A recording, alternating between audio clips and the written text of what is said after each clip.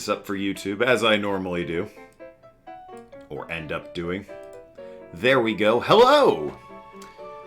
Today, Psychonauts comes out, Wednesday? This very Wednesday? But I don't play on Wednesday. That's one of my days off. I play on Thursday, which will be Psychonauts 2 on Thursday. Today we're doing a fun one-off called To Be or Not To Be, which is Hamlet told as a comedy visual novel. I will be providing voices mainly because I like doing that. I also can't voice women, so be ready for like the one same women's voice that's rather high-pitched and is clearly a man doing a over-the-top effeminate women's voice. William Shakespeare, 1564 AD to whenever he died, was well known for borrowing from existing literature when writing plays. Romeo and Juliet is pretty much lifted entirely from Arthur Brooks' poem, The Tragical History of Romeus and Juliet. The dude didn't even change the names. And as recent Shakespeare scholarship has established, the famed play William Shakespeare Presents Hamlet was lifted wholesale by volume from what you're about to enjoy, To Be or Not To Be. Nothing else, your voice acting is going to be entertaining. Thank you! To Be or Not To Be is both the earliest recorded example of books as game genre. I sense we're not taking ourselves seriously here in this game. As well as the first ever instance in the then newish English language that was kicking around off an adventure of being chosen by you, the reader. It is a Hamlet choose-your-own-adventure thing, I believe. We've gone ahead and added illustrations, plus we've taken the liberty of marking your tiny York skulls the choices Shakespeare himself made when he plagiarized this book back in olden times. They look like this. So I believe it's a choose-your-own-adventure Hamlet with, if you pick that option, then that's how Hamlet actually played out. There, in case you wish to put yourself in Shakespeare's shoes, reading this book as he did, stealing plot elements wholesale, and classing up the language as he/you went/go. However, this is not the only way to read this book. Feel free to explore the other options, as each time you read the book you can go on a different adventure. Assuming you don't read the book 3,181,439,094,525 times, at which point the adventure will start to repeat, and then you'll probably seem pretty familiar long before that anyway. Now, take yourself back to history when ghosts walked the earth and nobody knew velociraptors were ever even a thing. Steel yourself to experience the magic of Shakespeare as it was meant to be experienced, in a non-deterministic narrative structure where you end up thinking maybe you made a wrong decision. So you mark the pages you were just on and can always go back to make a different choice if you die for some dumb reason. To be or not to be, that is the adventure! Choose your character. Man, what if I just read the acknowledgements instead? You gotta tell me what to do, smart guy. I'm just gonna keep reading. What? Brian North, noted Shakespeare enthusiast. If I just read acknowledgements. No book comes together without the author feeling like thon's in debt to someone. Thanks to Metafilter for the terrific advice on how to dispose of a body and not get. Spoiler alert, there are murders in this book. They have a page just about this. Did you know that? There's one on the top search results of how to dispose of the body. And I guess also thanks to the Canadian Security Intelligence Service for not getting me in trouble yet after I ran all those searches for how do I dispose of a body, and I want to know how to get rid of a dead human body. It's a bit incriminating. And gross dead body plus how to hide it. And what if I committed a murder act? How do I ditch the body and not go to jail? It's an emergency. Thanks also to Chef Michael Smith, Emily Horn, and William Shakespeare for the stew recipe. You can also learn how to make a stew in this book. It's not murders all the time. For the expansive knowledge of boats and seas in which they sail, spoilers, play your cards right in this book and you might gain command of a pirate ship. Just be cool. And for ripping off and making this book so famous, but which thank you applies to which person. That's for you to decide. Yes, even here in this acknowledgement parenthetical, it's up to you to choose your adventure. But I mean, come on, it's pretty obvious. Thanks to all my artist friends who drew the pretty picture. Okay, get to the story. I regret choosing. Something is a reward. Okay, I'll choose my character. You have just been born. Congratulations, good work on that thing. Now, surprise! Babies are boring, so we're going to jump ahead to a point where you're an adult and you've already lived a bunch of your life. But I promise most of what we're skipping over was really dull. You ate a lot, slept a lot, made some friends, tears were shed, makeouts were totally had, etc. It was a bunch of high school stuff. That awesome stuff starts now! So let's begin, my friend. Remind me who you are again. Are you... Ophelia! +1 bonus to science, weakness against water. Fair. Yes. Are you Hamlet? +1 resistance to magic, but there's no magic in this adventure, so this never gets mentioned again as of right now. Hamlet Senior. Well, look, bottom line, he's an unstoppable machine of death. He's also dead. He starts the play dead. And you should choose to be him. You may experience kingly glory.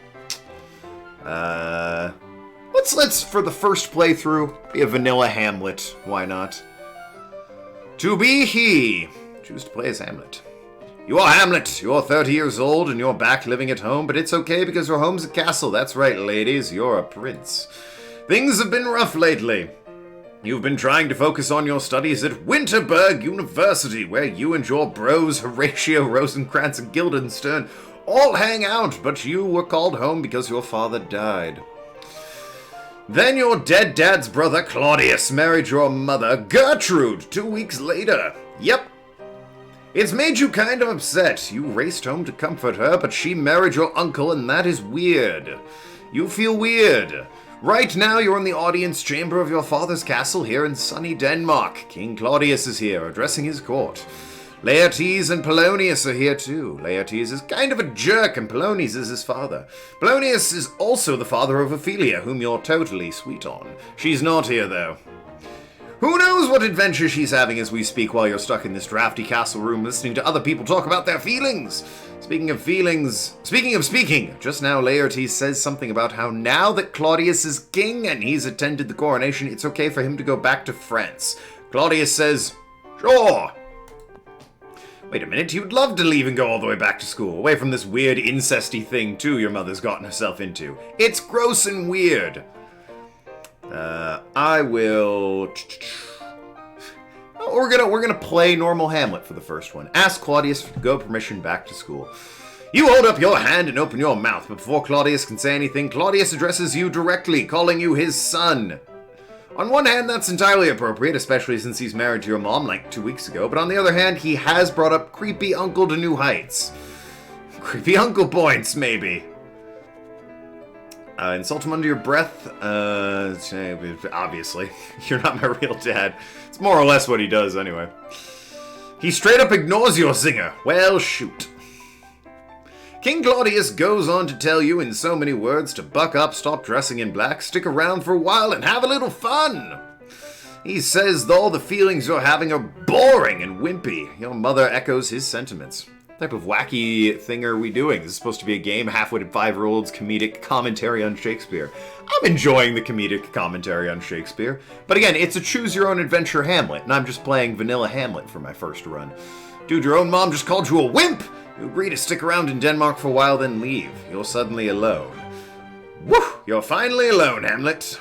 What are you going to do? Talk to yourself about how life is in ruins and how everything just sucks. Okay, you talk loud at an empty room, and what do you say? I'll tell you what you say. You say you wish your skin could literally melt off your body, revealing a skeleton that gives double thumbs down before crumbling to dust. You say you thought your mom really loved your dad, but now she's married to Claudius less than a month after dad's death. Either love itself is fake, or she was faking love, and either way it doesn't matter because you've lost faith in your own mother. You say that to an empty room in all seriousness, that you want to kill yourself. This book just got real. Let's not kill myself. While you're busy doing that, your friend Horatio bumps into you and tells you, that he's in town for your dad's funeral, mom's wedding, and they served leftover appetizers from one at the other. Ghosts are real, and he's seen one, and so have a bunch of other guys. Also, it keeps showing up at the same time, and he's pretty sure it's the ghost of your dad. Those are, that's pretty much it. Finally, some adventure, some closure. You agree that you'll come with him tonight to see the ghost when it shows up again. It's such an obvious decision that it kind of feels like you don't even have a choice in the matter. What do you do? I do not have a choice here. I'll be there at 11:30 sharp, you say, as Horatio leaves satisfied. Well, now you have 8 hours to blow before it's time to meet ghosts. What do you want to do, Hamlet? Let's go be with Ophelia for a while. Yay! Choose to play as Ophelia. Right, you're Ophelia. You're a beautiful and independent young woman, and although that makes you roll your eyes when you think about it, you've fallen in love with the prince. Prince Hamlet is funny and Is there a different Prince Hamlet I don't know about? Seems like he gets you a lot. You try not to get too excited about it because you're worried you might jinx it, but things really are going great. Only, it's been hard doing the long-distance thing while you've both been off at university. And while you've loved studying capital S science, and you're sure Hamlet loves studying capital U undeclared, it hasn't been easy. Now that you're both back together in Denmark for his father's funeral and his mother's second wedding, it'll be harder still. Hamlet's really sad, and you can't blame him for that, since you know his dad died, but you wish there was something you could do to help. When you last saw him, Hamlet mentioned how the castle seemed cold and drafty, and for some reason it stuck with you. You've been stirring at your desk, trying to think of something you could give him that would help that. A way of cheering him up a little. Remind him he's still got people who care about him. He wears these cloaks all the time, but then he's taking them off in warm rooms and putting them back on in cold ones. If only there was some way you could keep the rooms at a uniform temperature, he wouldn't need to be constantly adjusting his clothes throughout the day. But to do that, you need some sort of way of measuring heat and transporting it through the castle, perhaps a series of pipes. Your thoughts are interrupted by a knock at your door. Who is it? You call. It's me, says your brother. Come on, let me in. Sure, let him in. You open the door for your brother. You can come in, you say. But I don't want to hear any opinions about my personal life. If you sleep with Hamlet, you're a slut, he says. About right. And yet, still, we invite him into the room. Okay, you let him into your room. He sits down on the bed and pats the empty space beside him. You can always show Hamlet her private parts or some such to cheer him up. That would do it! Maybe. Hamlet kind of gets a bit,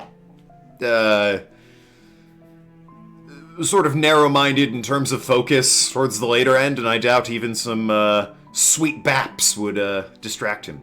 You choose to remain standing. Listen, he says.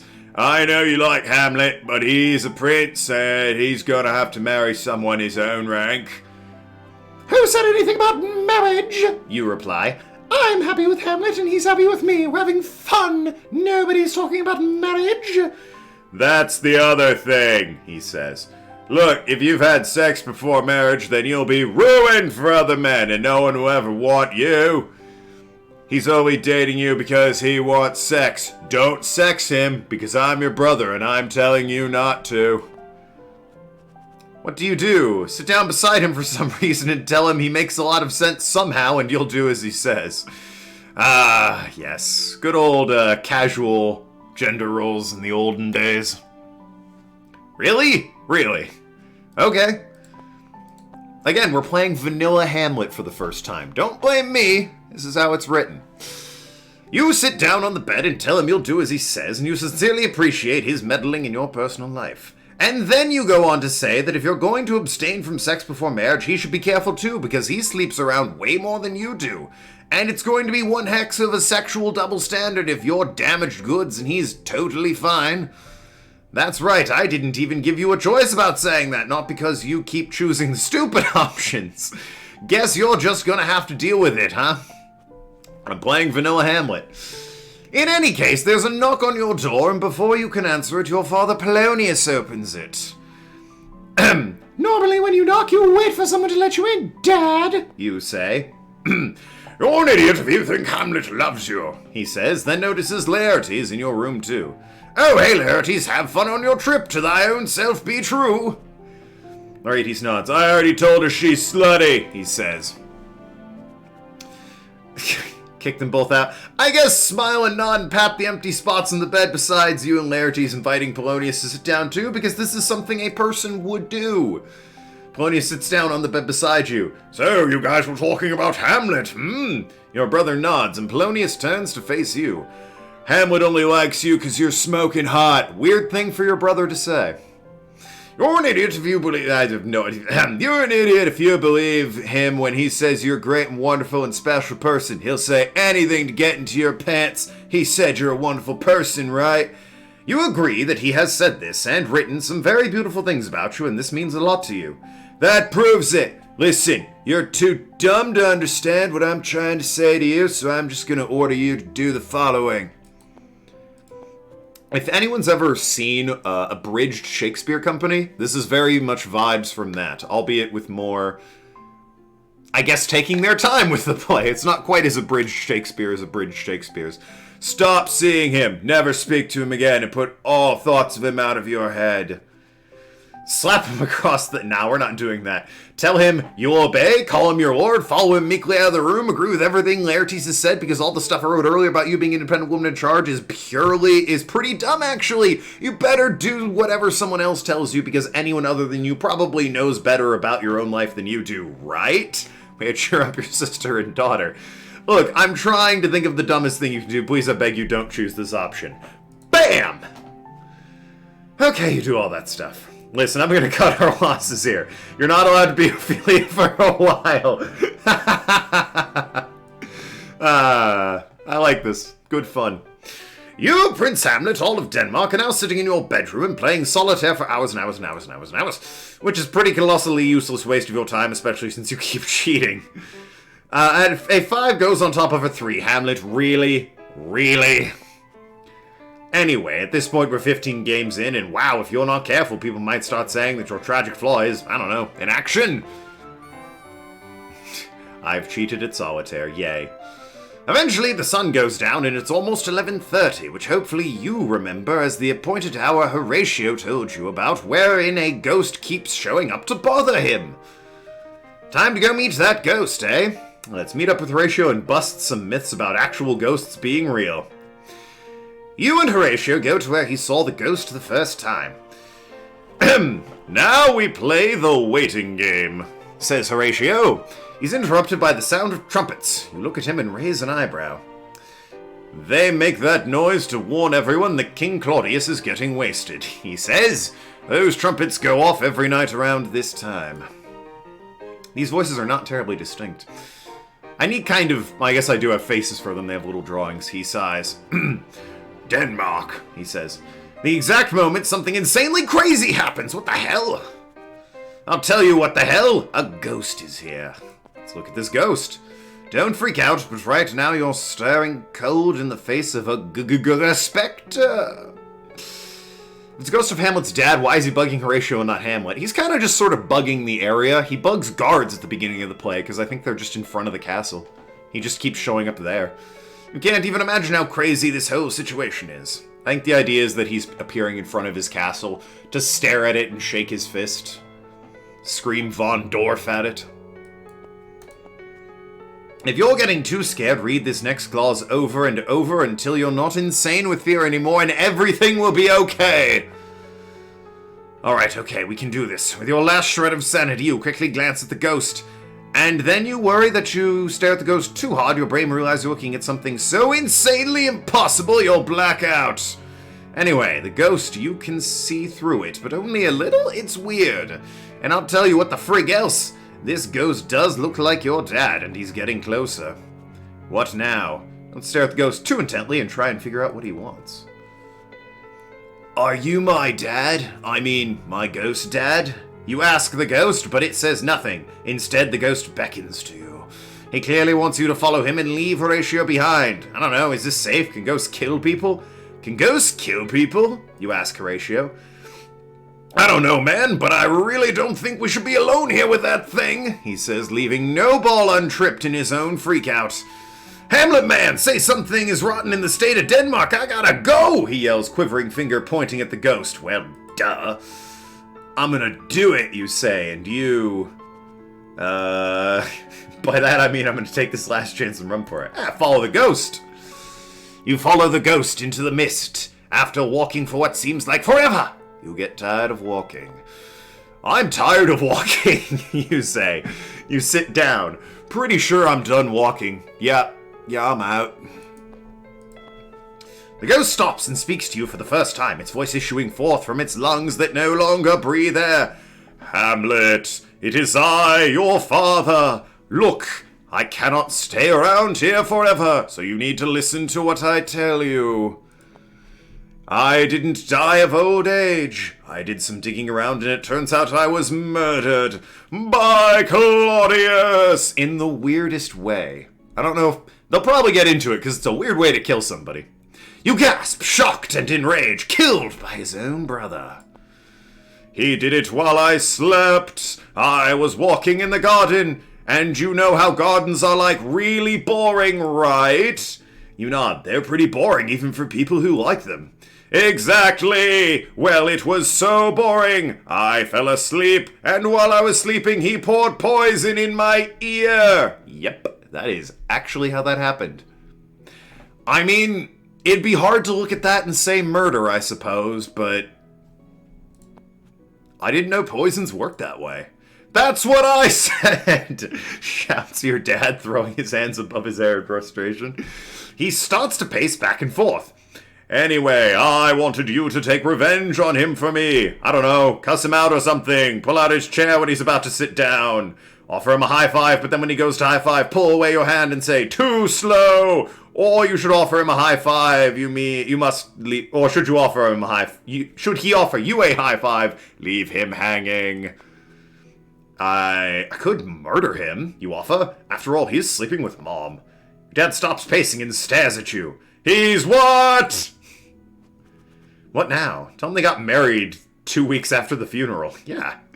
You say they got married basically right after the funeral, and that makes Claudius king now. You explain how maybe that's not technically incest, but the timing alone sure feels pretty squicky. Didn't ye ever read Table of the Kindred and Affinity, wherein whosoever are related to forbidden scripture and are laws to marry together? Asks your dad. Ah, you say. You refer to the document Queen Elizabeth ordered produced, which says a marriage such as this one we're discussing is not just squicky, but a real-life hardcore sin against God, a book which later on made its way into the Book of Common Prayer. Itself so influential that we take many phrases such as "till death do we part and peace in our time" from it. The very same, your father nods, although I can imagine that in the future sentiments might change as to whether or not such marriage between genetically unrelated, loving, consenting adults is among the very worst thing it is possible for a human being to do. That's not necessarily for us to discuss right now. Some love went into this, I can tell. It's very nice. You agree? Anyway, says your dad, kill Claudius for me, cool? Promise a ghost you'll commit murder in the classiest verse you can come up with. His murder plan's pretty shit. You clear your throat, hold one hand open in the air in front of you, and promise a ghost that you will kill an alive human. This is what you say. Yes! From the table of my memory, I'll wipe away all trivial fond records, all saws of books, all forms, all pressures past. That youth and observation copied there, and thy commandment all alone shall live, within the book and volume of my brain, unmixed with baser matter. Yes, by heaven, baser matter, excuse me. Your ghost dad seems pretty cool with that. Alright, kill Claudius. Damn, it's a lot of experience points. Good to know. That's a lot, yeah, see? I get it, I'm on the same page as this game. Throw a little sexism in there for good measure. Why not? Women, am I right? Oh, most pernicious woman, you add, insulting not only Queen Gertrude. I'm curious where they go with this, because I always interpret that line as directly insulting Queen Gertrude. The woman your father adored, loved, and married. She did shack up with your uncle 2 weeks later. Alright, yeah, okay, you loved her, but clearly didn't reciprocate the feeling there. But also all women in general. Is it? I always interpreted that as a singular woman he's calling pernicious. Because it's woman, not woman. Whatever. Not for us to discuss. Science Corner! Symptoms for pernicious include noxious and pestilent. The word itself suggests that long-term harm comes from being in contact with whatever it takes, with whatever it's being used to describe. I like that Macbeth is just written there. Also, ear poison? But, again, it seems like he's just insulting his mom. Leave it there and return to Horatio. Interpretation, I suppose. You walk back to where Horatio is waiting for you. Maybe the whole line makes it clearer, but just that one sentence, it's, debatably vague. Listen, Horatio, never speak of this hole. We totally saw a ghost thing, okay? We've got to keep it a secret. That's cool, says Horatio. No, I'm serious, man, you say, grabbing his shoulders. Some really serious stuff is going down, and I need you to keep this a secret. Swear that you'll never talk about this. I swear, says Horatio. Swear it! Booms your dad's voice from nowhere. He already did, you shout. Horatio looks at you questioning. Hamlet, bro, what's all this about? I now sound like I smoke in order to distinguish me from other generic male voices. There are more things in heaven and earth, Horatio, you begin. Then there are dreamt of in my philosophies, Horatio finishes. Right, fine, whatever. Okay, Horatio will keep your secret, and you've got a quest from a ghost to fulfill. At the end, he'll probably give you some cool loot for completing it, maybe. I mean, possibly. Not how I remember it going. I'm confused. Okay, oh well, no need to be not confused to enjoy Shakespeare. Good old Middle English, or postmodern English, I don't know, pre-modern English. It's not Old English, that Shakespeare. Old English is a nightmare. Anyway, it's past midnight and Claudius is probably falling down drunk. What now? Go home for nappy times. I like how one of my options is just immediately go kill Claudius. You go home and nap. The next morning it rains, so you don't leave your room. Then the next morning after that, the ground's all muddy and you think maybe you'd leave footprints that could be tracked back to you. And anyways, long story short, several days have gone by and you haven't done a thing. Wherefore? We could go see Ophelia, or continue doing nothing for several days, return to the top of this page and read it again. Alright, let's go see Ophelia. You go down to Ophelia's place and knock on the door. Who is it? She calls. It's me, sweetie. You say, opening the door and stepping into her room. You haven't seen each other for a while, so it's great to see her. You run up and throw your arms around her and kiss. It's just like old times. You hold her at arm's length and look into her eyes. Listen, you say, and then you butt your jacket, foul your stockings, take your garters off, and grab Ophelia by the wrists. Okay, you do that. Ophelia looks confused during the whole procedure. Old English is Celtic or Londonish German, so yeah, both can be confusing. Yeah, like Beowulf is Old English, and it's Canterbury Tales, Old English. That's What's wrong, Hamlet? She says, concerned. Why are you fouling your stockings? Wherefore? Continue holding her wrists and move your other hand to your forehead that you might faint while staring at her intently. You know what? This is not going as well as I'd hoped. Tell Ophelia you don't know why you're wasting your time, excuse yourself, and go murder Claudius. Listen, it wouldn't be much of a play if he just was like, guess I better go and do it, and then did it, alright? Unless it turned into a sick, avoid the cops procedural at that point, but that's not how the play went. These are all some stellar choices you're making here, champ. Okay, you do crazy things. Ophelia keeps staring at you in confusion. Also, Google, could you stop listening to me? Finally, you sigh as big as you can 3 times in a row. What do these sighs mean? Ophelia doesn't know. I don't know either, and neither do you. It's like you think you've saved your game earlier, so now you can just do stupid stuff without consequences. Hell no, I didn't. But you can't save a game in real life, silly, so now you've got to live with the consequences of these choices. And here's one of those consequences. Ophelia's love for you has taken 15 damage. Lucky for you, she still loves you a whole heck of a lot.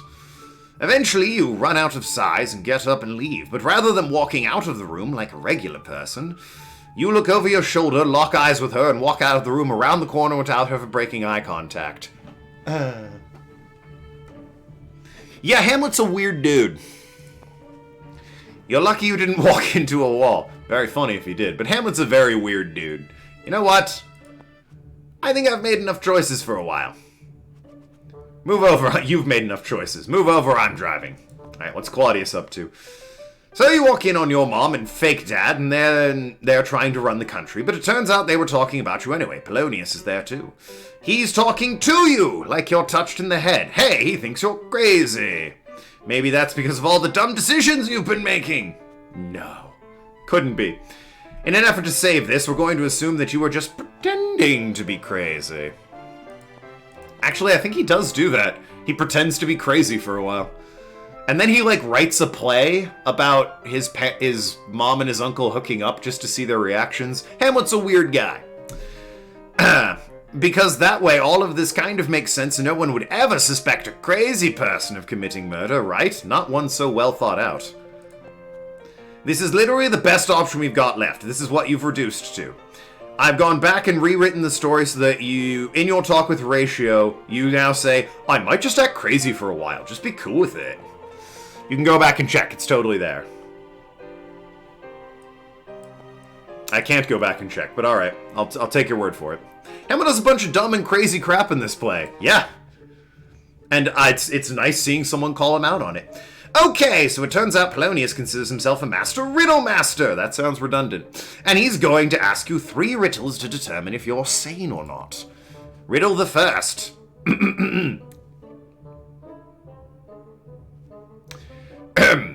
Do you know who I am? He says. Since you're now just acting crazy, this gets a little easier. Normally, I'd given you a choice between a reasonable answer and a crazy answer. But I figure now you want to pick the reasonable one, just to screw things up. I swear to God, there will be a method to your madness if it kills me. How is that a riddle? I think, it's a bit of a liberal interpretation here. Polonius does sort of, ask Hamlet questions to see if he, like, to sort of gauge how he is mentally. And, I think within context of the play, Polonius acts like he's playing a game with Hamlet.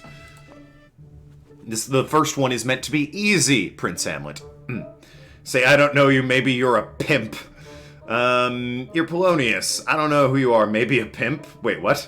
I know you're looking for the I see. Go back and check and see if I rewrote the story.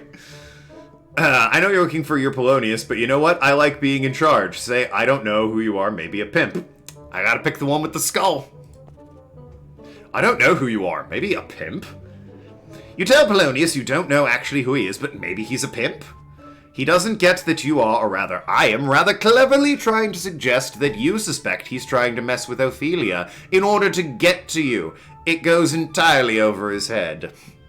That was actually rather clever for Shakespeare. He, accuses him of being a pimp, and that his daughter is one of his many clientele, or, assets. Which Polonius just goes, oh dear, he's truly crazy.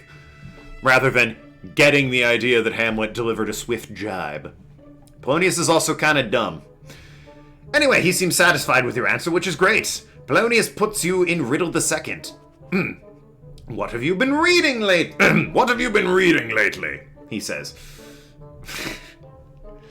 That's right! Fall in line, baby! You haven't touched a book since you came home from university on funeral/wedding break, so you answer making up the book you've been reading called Old Men Are Gross and Dumb. It's about how old men are gross and dumb. You conclude by saying Polonius would be the same age as you if people aged backwards. Oh, snap.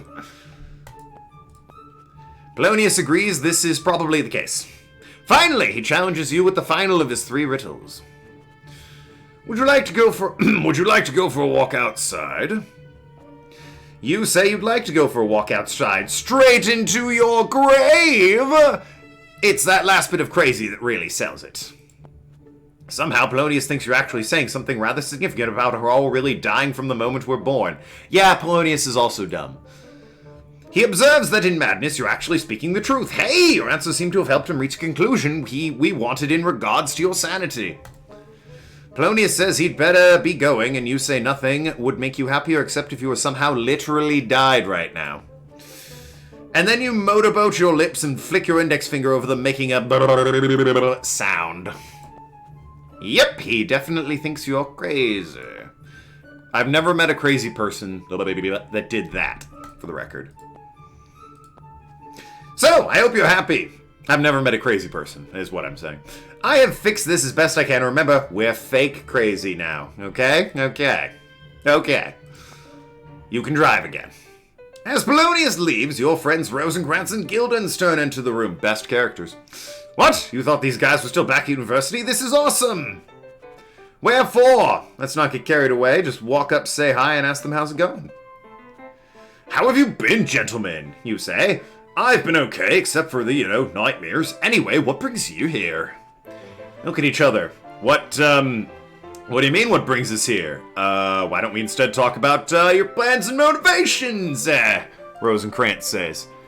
Your face falls. Man, you knew it. Claudius sent for them. They're here to spy on you. Oh, really? Come on, guys. Were you sent here to spy on me? Yeah, kinda. Frig, man, I knew it. Look, I'll make this easy on you. I know I've been all emo lately and mopey, and even though we don't have other words for it yet, I'm pretty sure I'm what you would call clinically depressed. That's all. You sigh and look at them with a small smile. I guess I'm quite a piece of work, huh? You say. Hey, I'm what? Would you care to explain all that in more detail? Rosencrantz says. As a matter of fact, I would. You're inspired. You clear your throat and hold your hand out in front of you. Polonius is dumb as hell. He seems like Latin Roman name. Yeah, I believe so. You hold out your hand in front of you. You look at Rosencrantz and Guildenstern in the eyes, one after the other. What a piece of work is man, you say, choosing your words and punctuation carefully. How noble in reason, and how infinite in faculty, in form and moving, how express and admirable in action, how like an angel in apprehension, how like in a god. Your friends nod. Humans are pretty great. The beauty of the world, the paragon of animals, and yet to me, what is the quintessence of dust? Man delights me not. You break off as Guildenstern interrupts you. Gay, he says. I said man's delights, not me, you idiot. Nor woman neither, though you seem to think. This time you're interrupted by Rosencrantz. Asexual, he says. You look at your friends. Anyway, whatever. I've been depressed, but it's great to see you guys. Homophobia and asexual phobia aside. I don't know if it's asexual phobia to just call something asexual like that. Also, it is pretty fun to look at things that are very obviously gay and go, gay! That's just a good time. It's pointing out the obvious at that point. Oh hey! Says Guildenstern, remembering something. We met an author on a boat. We invited her to come and say hi. An author? This is really, really exciting. And who should walk through the door as Guildenstern stops talking? Why, it's the very author they just mentioned. How perfect! Having her show up now keeps the narrative moving forward at a nice clip and avoids awkward downtime where you'd otherwise just sit around in a circle waiting for someone to show up and talk to you. Huh! Nicely done, narrator of the story, aka me. The three of you and the author get to talking, and she's really great. It turns out she's Christian Marlowe, author of Murder of Gonzago, The Adventure is Beginning Chosen by You story. Pretty sure we're straying from the original text here. Can you murder your brother Gonzago and then, playing as your dead brother's son, murder your usurping uncle? I sure hope so. Choose from over 300 different possible endings. How convenient. It's one of her favorite books, and you tell her so, excitedly asking questions about characters and motivations, and how she did that thing with the choices. While the four of you talk, Polonius walks into the room and tries to work his way into the conversation, but whatever, nobody here likes him. Christina doesn't make any attempt to include him, and that makes you love her even more. You start quoting your favorite passage to her, it's the bit from the back cover, and she takes over when you forget some of the words. It goes like, You really are still mad that your dad was... I can't do women's voices. You really are still mad that your dad was killed by his brother. You decide you should murder him for revenge, and that my friend friend is a really good idea, do you decide to wait to murder him? No! Shout you, Rosencrantz and Guildenstern in unison. Cannot do women's voices. Polonius mutters, "This is boring," but nobody cares. Excellent! Then you sneak into his room at night and stab him in the neck! A huge fountain of blood erupts from his neck under such pressure that it bursts through the ceiling and forms a glorious red geyser above the roof. Suddenly she took up smoking, while some kid walks by seeing the geyser and says, "Whoa!" And while he's saying, "Oh," part of "whoa," blood lands in his own... gross. "It's so awesome you have earned 1,000 points and the whoa kid earned 50. The three of you laugh and cheer and applaud, while Christina smiles politely as Polonius stands around with his arms crossed. "Whatever, I wanted to wait before killing him," he grumbles. That's being Captain Obvious. Also interesting how language changes over time. Take the word gay, for example. Back in the day, gay meant being cheerful or happy. Today, it's homosexual. Yeah. That's the way it is, I guess. Christina recited the book with such heartfelt emotion you actually feel pretty bad about not murdering your own uncle yet. Wait a minute, that gives you an idea! What now? Instead of murdering your uncle, grab a copy of the book! You can get it signed, and then you can see if you can get Claudius to read it, and then if he chooses murder your brother path, then he looks guilty. You'll know he did it, even though a ghost already investigated it and told you that's what he did! I mean, that's actually more or less what happened. It's not quite right. Hamlet decides to write his own play and asks for his uncle advice on what he should do, just to kind of see how his uncle would play it. Okay, but one thing at a time, buddy. First go back to your room and get a copy of the book for Christina to sign, which she does. To Hamlet, best wishes. I hope you like to read the words that I wrote on this piece of paper. Cheers, Christina. She writes. Amazing, it's perfect, and now you've got the perfect book to entrap your uncle. You excuse yourself and go back to your room and fruit through Gonzago again. You get absorbed in the adventure, and a few playthroughs later, you're convinced it really is a great book, and you should work perfectly for your plan. Now all you need to do is find Claudius. I'm pretty sure he's in the royal court, dude. Where for? The royal court. You go to the royal court, and it's deserted? Practically, anyway. It looks like maybe Ophelia is there in the court reading a book, but please, it's not like you have time to make certain. It sucks, you had such a perfect plan ready. But if Claudius isn't around, you can't read the book, and the whole thing's useless and stupid, and you hate it. You feel some introspective coming on. Oh, yes! Oh, man, this is going to be a big one. It's going to all boil down to this. Is it even worth living in a world where things don't always go your way? Or to put it maybe differently, being alive is good, or maybe being dead is good? To put it a third way, more copulatistically... Cool portmanteau there, guys. To be or not to be? Man, this is a big one, Hamlet. This speech, this book is named after. I guess you'd better talk it out. Choose wisely. You clear your throat and raise a hand in front of you.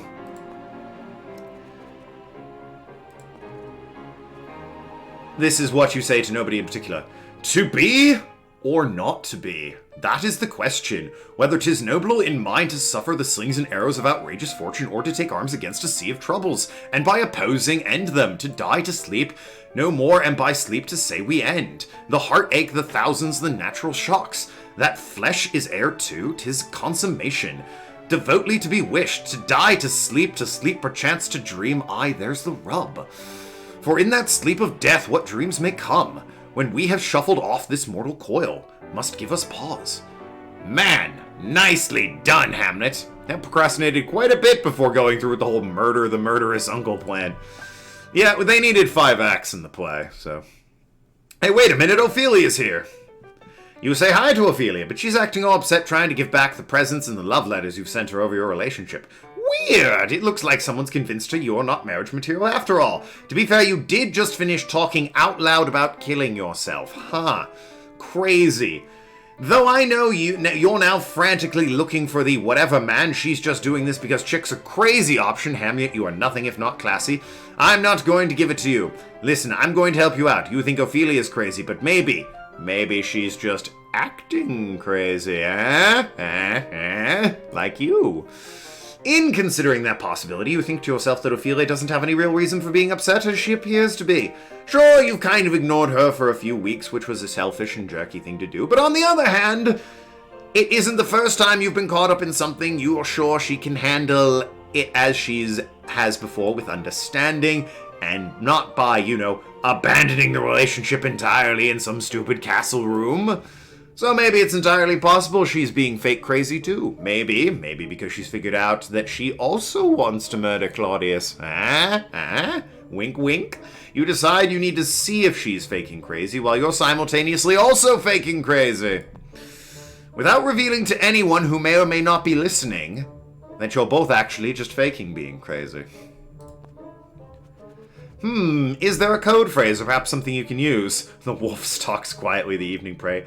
Hip, hop, hippie, hippie to the hip, hip, hop, and don't stop the rockin'. I never loved you. That seems extreme. What? She says furiously.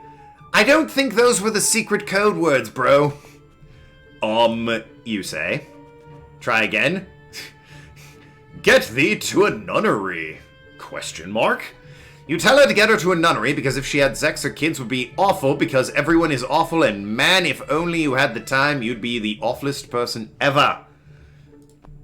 There's also, religion there and not her family at the nunnery, but, Also, only a fool would marry her because anyone smart knows that women are awful. Yes, and obviously no one's going to marry her, so she should go and become a nun. Why are you saying these horrible sexist things? She asks. I've got to say it's a pretty good question. Women are idiots who just want to get us sexing. Keep in mind, these are not my opinions. I'm playing the skulls option. Sometimes I wonder why I give you these choices. The hell of it? Okay, you say those things, but at least you clarify that you think women just pretend to be dumb to get the sexing they so crave. I feel like the smart women are the ones out getting the sexing, right? If that's what they're after. Surely it would be the smarter ones who would get it because they figured it out, right?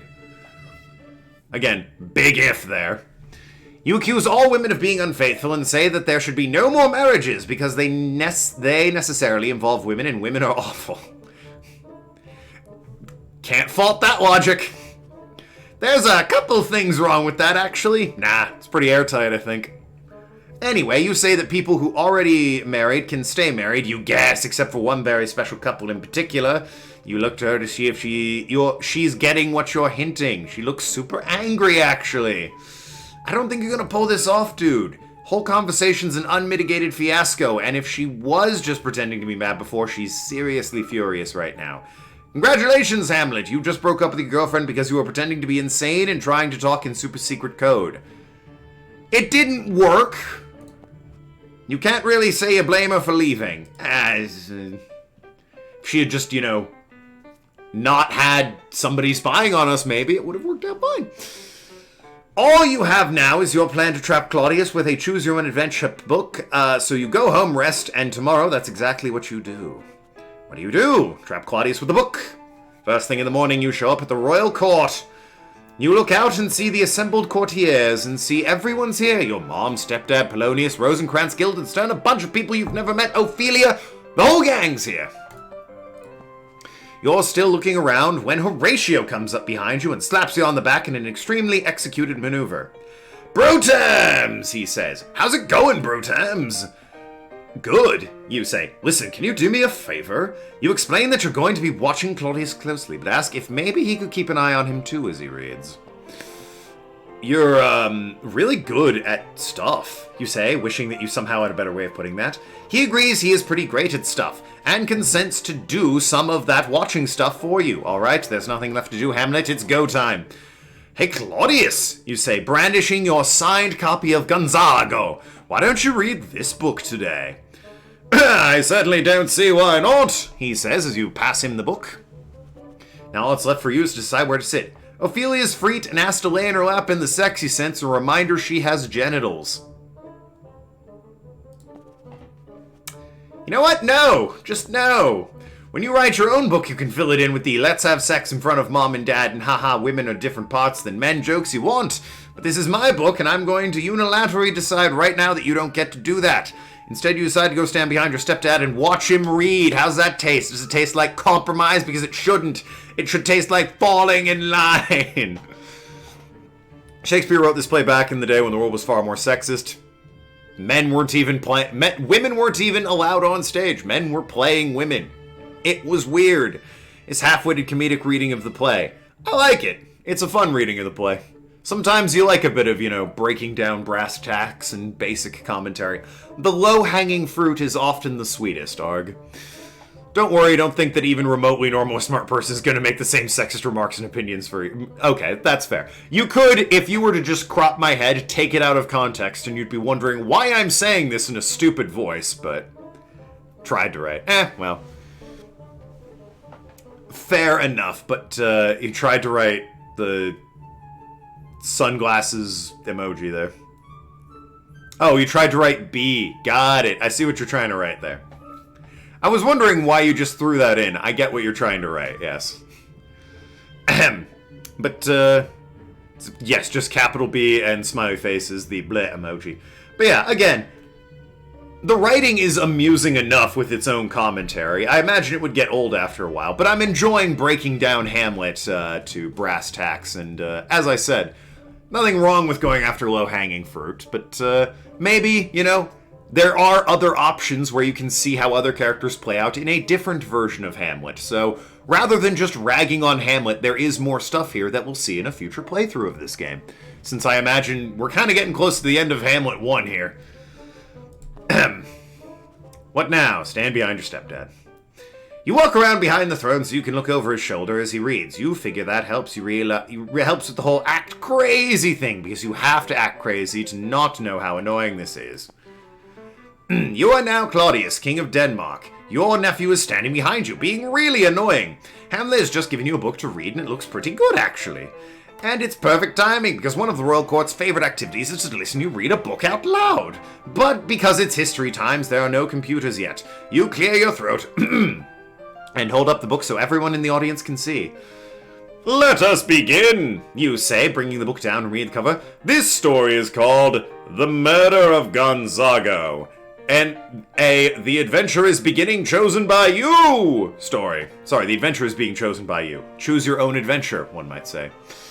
Title goes on for a bit while after that, but my first choice is going to skip to the first page. Ha ha ha ha ha. Ah, what a smattering of polite laughter. Okay. Good art. Why is there okay, well there's a pig there. Is that supposed to be Hamlet the pig? Okay, 300 different possible endings. Next page. Found a piece of artwork. Ah, got it. I see. Read a book within a book. Nice. Just collected art. I'll read this as Polonius. Skeleton blood. I like that they have to add skeleton blood there. You are Battle Lord Pete, or as you prefer to be called, Dragon Master 3000, since you are the master of 3000 dragons. You're amazing because all of the dragons you control. Plus, you wear the armor of a skeleton warrior, and you wield a battle axe that has the Latin phrase Facta non verba written on it in blood. What does that mean? That means deeds, not words. Ha ha! Holy crap! This book is already awesome! You've been feeling a little jealous lately because your brother Gonzago gets to be king, and it occurs to you maybe if you killed him and married his wife, you could be king instead. Maybe you should do that! Oh man, or maybe you should just go and slay some skeleton warriors. You choose Go Kill Your Brother option. Behind you, Hamlet seems to get interested in your choices. Wait a second, you remind yourself that you actually did just kill your brother. No. And maybe reliving the murder in front of the court through the medium of high literature is not the greatest idea. On the other hand, adventure beckons. Onward to adventure and murder! You announce that you really did intend to choose this option. Behind you, Hamlet whispers to himself, man, I knew it. You read out loud the text on the page. You find your brother Gonzago sleeping in a garden. Gardens are really super boring, so it makes sense that he fell asleep. Sneak. You hear the audience murmur in agreement. They are boring. Sneaking up on your brother, you notice he's sleeping on his side. You have some poison in your pocket. Do you hold his nose and pour it into his mouth, pour it into his ear, or realize that murder is terrible, leave and go kill some skeletons instead? They're basically already dead. If you're trying not to get caught, I really think you should go and kill some skeletons. I mean, it's gotta be the ear, right? It's the most logical place to put poison. Literally, yeah, the perfect crime! No one would ever suspect. You pour poison in his ear. Like all sleeping people, your brother doesn't wake up when cold liquid is poured directly into his ear hole, so the whole thing goes surprisingly well. Also, who knew that ears really were the best way to introduce poison to the body? You and I did, obviously. So I guess any medical doctors in the audience who are about to say, "Excuse me, but I've studied human bods for 6 years at university level," can straight up go suck a lemon. Your bro is dead. Congratulations, poisons really do work that quickly, and you have just ended a life. Perhaps you'd like to assume your brother's throne now as well? Behind you, you hear Hamlet whisper to himself, "Man, that's exactly what I suspected, and this has allowed me to confirm my suspicions perfectly." Nice one, Claudius. Hamlet now believes you murdered his father. It seems you have two choices. You can throw the book down and yell that you hate it and run out of the room, or, since an innocent person would not actually react that way, you can just continue playing as if nothing is wrong. Wink, wink. Thereby not instantly confirming the guilt and instead allowing your choices to be read as simple chance. Gonna run out of the room. You tear out of the room, throwing the book behind you, leaving Hamlet and your beloved Gertrude alone in front of a very confused crowd. Today is not going very well for you, huh? You run into your room in tears and lock the door behind you and throw your face into the pillow and cry. Well, Claudius, there's no two ways about it. You globbed up big back there. I think you'd better be Hamlet for a while, You are Hamlet! You just saw your stepfather confirm his guilt about killing your father because he read a book and chose the options that the murderer would have chosen in real life. He's definitely guilty. This is entirely reasonable. There is no absolute other conceivable explanation for what you just saw. I mean, that's actually fair. After Claudius tore out of the room, your mother followed him, and after she left, everyone else left too, leaving the room empty apart from you, Ophelia, and Horatio. Did you see that? He totally chose the murdery option and then freaked out. You say, really excited. There's no denying that, says Horatio. That means the spooky ghost I saw was correct, you say. Ophelia looks at you for a moment and then opens her mouth to speak. Wait, hold on, I can't remember. You've made a lot of crazy choices. Did you and Ophelia break up the last time you saw? Yep, broke up. There was a long one there, but yep, we broke up. Sorry to hear about it. Makes sense, but sorry about your feelings, buddy. Okay, so you've just said, this means the spooky ghost was correct. And Ophelia's looked at you strangely. Now she's speaking. A ghost? You're crazy. And she looks at Horatio. You're crazy too. Looks at you again and sighs and says, I don't even know why I'm here. She leaves, shoving past Rosencrantz and Guildenstern in the doorway. Looks like the two of you are still broken up, which makes you sad. On the plus side, Rosencrantz or Guildenstern are totally awesome. Bros before woes. You're about to greet your best bro with a choice high five, slap on the back, hugs all around when Guildenstern holds up his hand and speaks. Your mom wanted to see you, he says.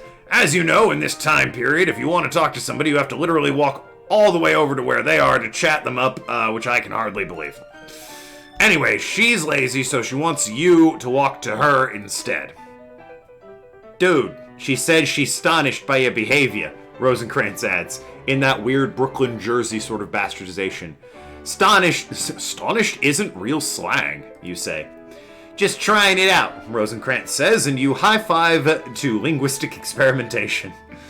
Well, I guess I'm off to see her, you say. Just then Polonius enters the room and says, Hey, your mother wanted to see you. I know! Nobody wants you here, Polonius, you yell at him. God, I could just stab you through a curtain! Running out of a room after choosing murdery path is a bit damning as a show of guilt, but otherwise choosing the murdery path in the play is not really suspicious.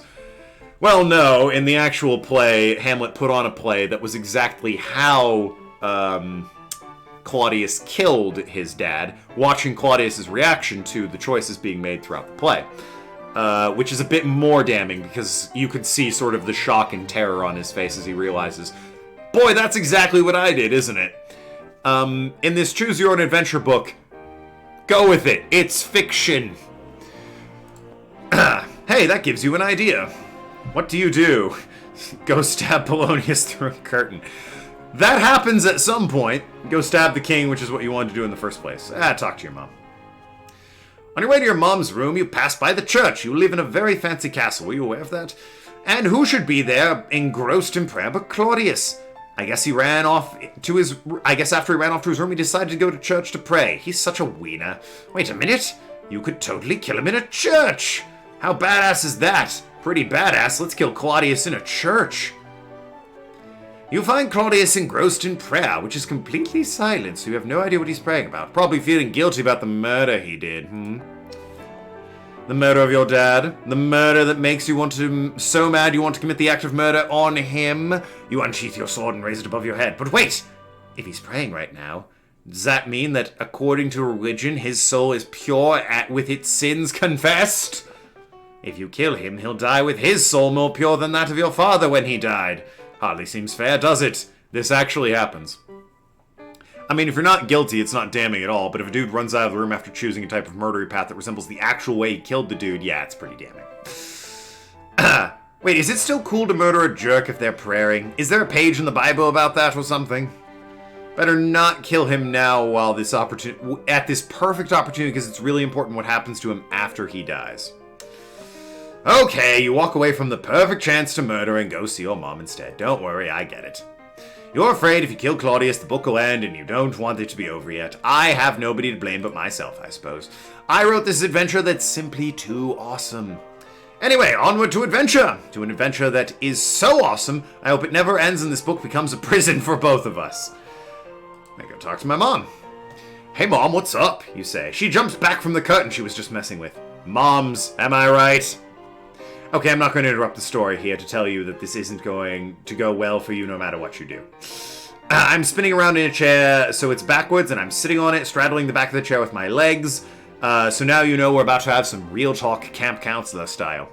You know how in this story you've been choosing the crazy options and doing crazy stuff. Here's the thing. Sometimes people do that in real life with their own actual real lives. I don't know why, but they do, and it happens. Just throwing this out there, but your mom has married her husband's brother and literally served appetizers left over from his funeral at the wedding. The point of that was to show you how quick and sort of not important the two events were. It's like we had the funeral, we had the food. The wedding happened so quickly, we got all this funeral food, we might as well use it. Hang on for a sec, B-Bex. I have to go for a sec. Well. Don't stab any curtains unless you know exactly what's behind them. This is an actual thing she, the queen of comfortable, can certainly afford more appetizers means decided to do. So she's not in the best frame of mind, and I've been minimizing her role in the story as much as possible in order not to embarrass her and give her some space. But you're talking to her now, and there's not much I can do to avoid it. Try to understand if she acts crazy. Lecture over. I'm turning the chair back to a normal orientation. We don't have to rap about our feelings anymore. Hey, Hamlet, Gertrude says. You were a dick when you messed with Claudius's reading earlier. I didn't mess anything up, you say. He's the one who read the murdery options. If anyone messed up, it's you because you married Dad's brother, and that's messed up, Mom. I thought we were going to be nice to her. No, we're not. I don't know why you're playing not Ophelia. Ophelia is the victim. I don't know why you're playing Gertrude as the victim. She's insane. She's weird. Alright, you don't need to defend Gertrude. You're defending a weirdo at that point. Defend Ophelia. She's the victim in a lot of this. I'm not going to say all of this. Kind of the king was the victim. But she's a victim. Gertrude less so. Your mom looks at you as she's seeing you for the first time. What are you going to do? Murder me? Are you going to murder me? Your mom asks. Terrific. No, Mom, I'm not going to murder you, you say, holding your palms out in front of you, in what you hopes to be a be cool motion. Why would you even think that? Oh, is it because I'm wearing a sword? Listen, all princes wear swords these days. Help! She screams at the top of her lungs. A voice from behind the curtain goes, What? Help! Help! It seems your mom has a spy eavesdropping on this little conversation. Remember what I said about giving her the benefit of the doubt? This is kind of the perfect chance to give her the benefit of the doubt. Tell her you'll talk to her later when she's less crazy and we can talk in private. or show her how non-murderous you are by killing who's ever behind the curtain. Stab. I had to learn to stop giving you gag options because you're taking them. Joke's on me, I guess. Gag options, he says. Anyway, you throw being nice to the woman who gave birth to you out the window. I'm not a family-oriented man. Don't guilt me with this mom crap. And give the curtain to the old stabby-me-do at whoever's behind it. Lo, I am slain, he says, although it kind of sounds like lol, I'm slain, which you think would have been funnier. But wait a second, that voice, it sounds like Polonius? What have you done? Screams your mother, thinking quickly as you say, nothing as bad as killing a king and marrying his wife. Oh. What? I didn't murder anyone, she says. Okay, no, obviously, you say, but Claudius did, and then you married him. Besides, maybe I thought the guy behind the curtain was Claudius, and therefore I was doing a good deed? How is it a good deed to kill my husband? Your mother asks. And besides, didn't you see him praying on your way here? We both know he's in the church. How can he be in two places at once? God! Kanochi coming to crash the party. We're playing To Be or Not to Be. The Hamlet Choose Your Own Adventure. You say. Turning away from the body, you start yelling at your mom, saying how great Dad was and how awful Claudius is, and how she traded the best dude ever for the worst dude ever in time, and finally how she's pretty dumb and awful and too old for love anyway. That's a bit harsh, but okay. You say all these things to your own mother. You reduce her to tears. You've made me feel horrible about my marriage, she says pitifully. You probably should! You married your brother-in-law immediately after your husband died, and it turns out he killed your first husband. I don't understand why you wouldn't feel horrible about this. Not sure you can. It crashed a while back. Not really. Please don't kick me out. Oh, we don't kick anyone out here unless they're bots. Which, well, bots advertising for bigfollows.com. When you have sex, it's awful when it makes the bed all greasy, you reply. Wow. Suddenly a ghost appears. Wherefore? Talk to the ghost. It's the ghost of your dad, like from before. Didn't I ask you to kill Claudius? Ghost says. So far all you've done is watch someone else read a book and then kill your girlfriend's dad. It's complicated. Someone can crash the party even harder. There you go. Who are you talking to? Mom, I'm talking to the ghost of my dad. I talked to him before and everyone saw him. I don't know why you can't see him now. I don't know what his deal is. Ah, jeez, you're crazy. My son is bonkers, your mom says to herself, drying her tears. To be fair, you do look a little crazy. Ghost Dad reminds you that you're supposed to be murdering Claudius, not Polonius. And he doesn't really see how cussing out his widow is helping anything. Be nice to her, he says. Also, he says, I'm pretty sure she's conflicted about this whole marriage to my brother thing that I guess is going on, so maybe you could talk to her about that. But Dad, you say. Hamlet, he says, frowning as he disappears. Fine. Hey Mom, how's it going? Stop having sex with Claudius, okay? She slaps you across the face. Maybe that's why people don't usually discuss sex lives with their moms, who knows? Look, Mom, I'm not really crazy, but don't tell anyone, okay? You say, gingerly touching your face where she hits you. What is crazy is what you've been doing. This marriage to your own husband. Husband's brother. It's gross. We all think it's gross. I know you're not happy about it. I know that, Mom. You married your dead husband before your husband's dead body had time to become cold. So quickly, you literally served the leftovers from the funeral at the wedding. That actually happened in the book. How have you not been feeling bad about the marriage already? Yeah. Hamlet, she begins, but you cut her off. It's not too late, Mom. If you can't be good, maybe tonight you can just pretend to be good, and maybe keep pretending to be good night after night, and it'll get easier. And by pretend to be good, I mean make yourself unavailable to Claudius sexually and emotionally. Your Mom's crying again, but quietly looks up at you and goes, all right. She had what? You've never read Hamlet. King dies. They have a funeral.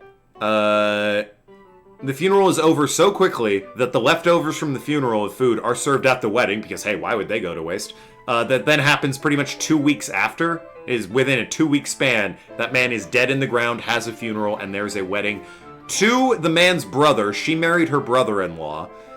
So now he's king. And, Yeah, it's kind of creepy and weird. And it turns out that the brother-in-law killed her first husband. He murdered his own brother. It's a real Lion King situation. At least have decency to wait a couple months before remarrying. Yeah, and maybe not the king's brother. And they kind of do that in olden times. They'll marry the sibling to, like, keep the bloodline pure or some shit. But that's only in cases where the prince isn't old enough to become king, and he's at university, so it's weird that he did that. I'm proud of you, Mom. Listen, I've got to go. I kind of killed Polonius by accident, and I'm gonna lay low for a while. Okay. Okay, she says. Toodles! In fact, Lion King is based on Hamlet. Certainly is. I don't think I would marry that fast. It would be sad. It would be, yep. Now we're going to, for the record, I've been choosing the skull options for this playthrough. Tell her it will be very unfortunate if she told Claudius you're faking crazy, and as a consequence of that had an accident and broke her neck. You finish up this tender moment by threatening the woman who gave birth to you and leave.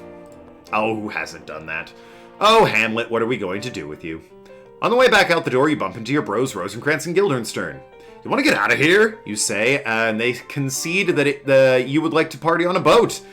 You know what? That sounds nice. Sort of give everyone space, you know, while also standing around on a positively buoyant vessel. It's really nice. There's a boat headed out of England in just a few hours, you say. You know this because boats of England are out of England are a big deal. You send some servants to clean up old crazy dead Polonius and another to be there for your mother and pack your bags. A few hours later, you and your bros are partying on a boat. What now? Yo, party boat! Party on a boat, goddamn. Hell yeah. Oh, crap. You forgot to tell Ophelia about her dad. What now? Well, I can't get off the party boat now. Even if you broke up recently with her, you should at least console Ophelia over her loss, especially since you were kind of involved in his accidental death. Party! Woo! Definitely didn't commit a murder. I probably should have told her about that. Everybody's point exactly. Like, have enough decency to mourn your deceased spouse for a little bit. You know, instead of serving leftovers at the funeral of your second wedding. But instead, you're running away and partying on a boat. It seemed like a good idea at the time. I am fleeing a murder scene, alright? There's my innocence, well, my hiding at stake. I'm calling it, you're the worst boyfriend and or ex-boyfriend ever. I don't think anyone's arguing that. But you're on a boat and it's set sail for England, so there's not much you can do. Try to party as best you can given the circumstances. As the boat sails for England, you catch sight of a huge army sailing towards Poland. There's been an entire military corps on board. I'm serious, there's got to be like 20,000 people all crammed onto a single ship. Ship is too far away for you to communicate by talking or even shouting, but luckily, you brought semaphore flags and are fully trained in their usage. And, as you know, holding up two colored flags in different positions, you can spell out letters of the alphabet. That is what semaphore is, yes. And in response, folks on the other ship can send messages back to you. Hey, Hamlet here. What's going on? You say in semaphore. Hey, Hamlet, we were sent by Prince Fornabras from Norway. He's kind of a rough equivalent of you, come to think of it. Anyway, he's on board and we're going to fight over some really terrible land that sucks, comes the signed reply. Really? You signal back. Yeah, totally sucky land, but what are you going to do? Fighters are going to fight, and we're happy to do it. Okay, thanks. Wow, Fornabras and his army really fight over something entirely useless, and the Polish are willing to defend it too. These people will fight and kick over nothing, and you can't even kill your uncle even though you've had totally valid reasons and plenty of opportunity. Whoa, dude, hold up. You start to feel inspired. Free verse, kicking it old school. Witness this army of such mass and charge, led by a dedicated and tender prince, whose spirit with divine ambition puffed, makes mouths at the invisible event, exposed what is mortal and unsure. To all that fortune, death, and danger dare, for even an eggshell rightly to be great, is not to stir without great argument, but greatly to find quarrel in straw. When honor's at stake, how stand I then, that have father killed and mother stained?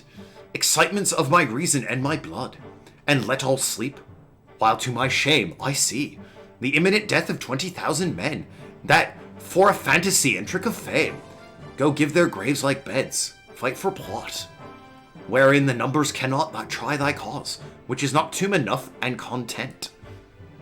To hide the slain, oh, from this time forth, my thoughts be bloody, or be nothing worth. Not bad, not bad! Rosencrantz and Guildenstern are polite enough to pretend not to hear. They're so great. Party boat time, though, baby! Woo! Partying on a boat's great, but it doesn't last forever. After several hours, the partying winds down and everyone's going to bed. Aww. You, Rosencrantz and Guildenstern, stumble off to your quarters. 3 awesome dudes in 1 awesome room. 1 awesome party room. Okay, we're done with the music.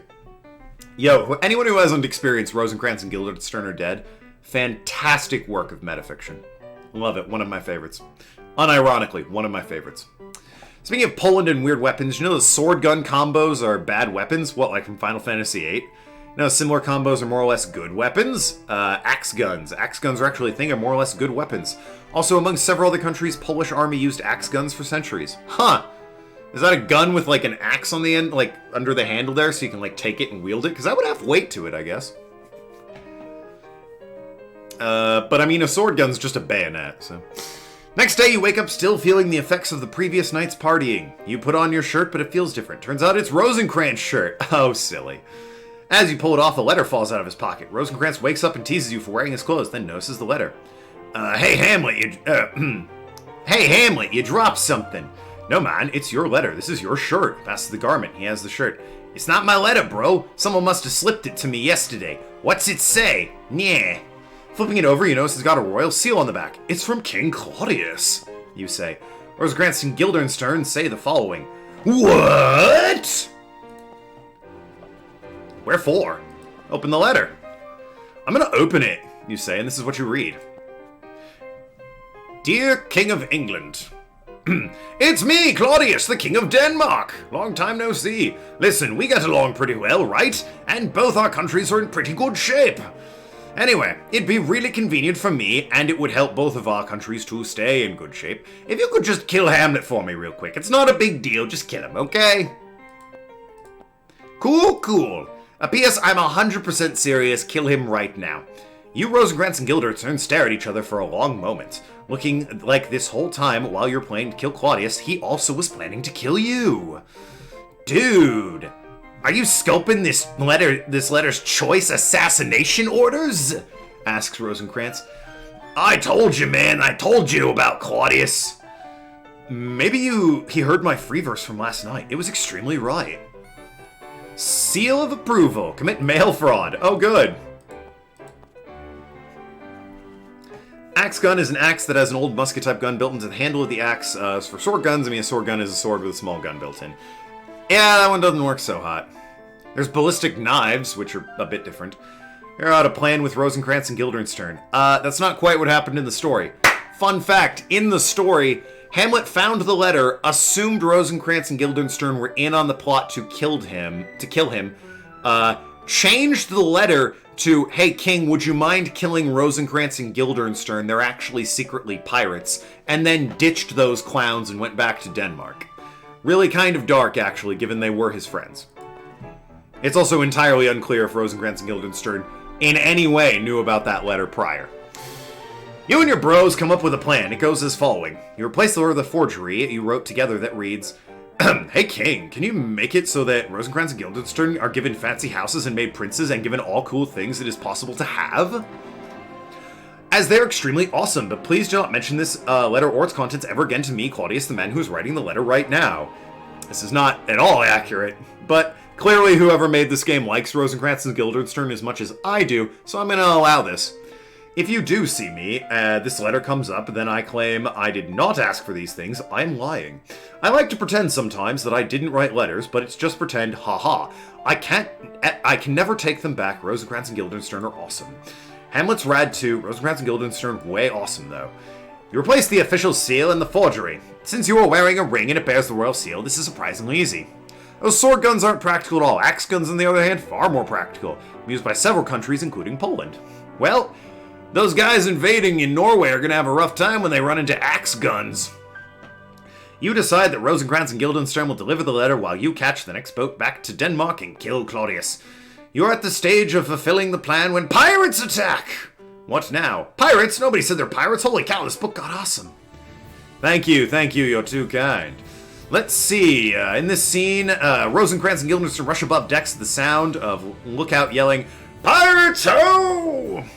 Following his arm and pointing to the horizon, you see a ship sailing directly towards you with alarming speed. Her disguise of a Danish flag below being lowered as a black flag with a grinning skull and crossbones unfurls. It's pretty badass. Behind her, a huge storm is gathered, lightning striking into the water. Both are headed straight for you. She's a magnificent set, three-masted beauty running 50 meters long from bow to stern. It slices cleanly through the sea with wind filling her sails, 1,400 tons of boat, a symphony of wood, cloth, brass, and iron. She's as tall as she is long, with each of her masts proudly carrying 4 gargantuan rectangular sails. Rigging of baffling complexity stretches between each mast, its crossbars, and the sides of the hull. She carries 26 cannons on port side and 26 on starboard, each loaded and at the ready. She's running with gun ports open. She's also sails with 2 forward-facing cannons mounted onto her bow, beneath which produces the beautifully carved figure of a mermaid. 150 strong and able men, all pirates, call her home. The painted and polished red wooden letters affixed to her name betray her hull's name, Calypso's Gale. You, on the other hand, are on the board HDMS Velasmania 4. The boat is a mere 100 tons, her armaments all slight 6 cannons per side. Vesselmania's 2 smaller masts bear a single triangular sail each. Okay, we get it, you know a lot about boats. It's a scene of barely controlled chaos. That's when you hear the first reported cannon fire. Both shots hit their target. Pirates are fighting chain shots. 2 cannonballs tied together with a length of heavy chain stuffed into a single cannon designed to tear apart sails and rigging they blast through. The first shot tears apart some of the rigging of forward sails, but luckily nothing critical is damaged. The second shot hits low, and instead of tearing into the sail, it decapitates a captain in an instant. His headless, bloody body drops at your feet. What do you do? Yes, well, the bad news is they're not messing around. Rosencrantz and Guildenstern take one look at the bloody corpse of the captain lying at the feet and rush below decks, tripping over each other on the way down the ladder. The first mate is staring at the captain's body in shock. A huge burst of lightning flashes across the darkening sky. Its rains begin to fall on Vesselmania's deck. Vesselmania, not to be confused with WrestleMania. Calypso's Gale is gaining on you. Her forward cannons are being reloaded. The distance between the 2 ships is decreasing by the second. What do you do? Take command of the vessel, dadgummit. I'm assuming command of this vessel, you say, taking the hat off the captain's head and putting it on your own. The crew acquiesces easily. You're the oldest person on board, and you're royalty, lucky for you. Report! Main sails undamaged. Adjunct rigging of the secondary sail has been destroyed by cannon shot, but repair crews have been dispatched. Hull integrity at 92%. We're sailing in a broad reach. You recall enough sailor talk to know that means the wind is at your back, but you're sailing at a slight angle to it. It's the safest way to travel, as traveling with the wind exactly at your back makes for a faster but less stable boat. You normally want to minimize chances of losing control. On the other hand, with pirates on your tail, maybe now isn't the time to worry about safety. We need all the speed we can get, damn it. Put the wind at our backs, you order. First mate says, "Aye, sir," and the crew begins barking commands. Set sails leeward, we're running before the wind. Speaking of WrestleMania, been keeping up the shit show as WWE for the past few weeks. All the firings, and, I mean, the shows are alright. WrestleMania wasn't too bad. It's cool seeing Brock Lesnar wrestle with, like, you know, actual moves that aren't a jackhammer or a spear. That was a really surprisingly good fight for Brock Lesnar. Set sail, crew adjusts the sails quickly, and you feel it as the boat gains speed. You look behind you, expecting to see Calypso's Gale fade from view, but even with the wind fully at your backs, the ship's gaining. It wasn't enough. Calypso's Gale fires again. The chain shot tears through the stern and exterior, through port side of the hull, thankfully above the waterline. Orders, Captain! You stare at Calypso's Gale through a spyglass. The square shape of rigging reminds you of something. Wherefore, try and remember everything you know about sailing before you answer. Those sails she's carrying, 3 masts each with 4 rectangular sails on them. Of course, you say. The pirate captain did what you would have done in his position. Chose the most favorable angle of attack. He's coming at with wind fully at his back because that's where his boat's faster. Those square-rigged sails are terrific at catching wind, and he's gotten lots of them. But their disadvantage is they can't be adjusted quickly. Every changing requires a crew to climb up and change the rigging on the sail individually. You, on the other hand, can adjust 2 triangular sails quickly, and it can be done at deck level. And if you come about in the storm while maintaining a slight angle away from it, you should be able to turn around and maintain speed, slip past Calypso's gale, and be long gone before she can begin to turn. It's your only hope. You lower the spyglass and lock eyes with your first mate and shout your orders, roar over the storm. Yes, what do you do? Come about in the storm, set sails windward, keep a close-hauled track.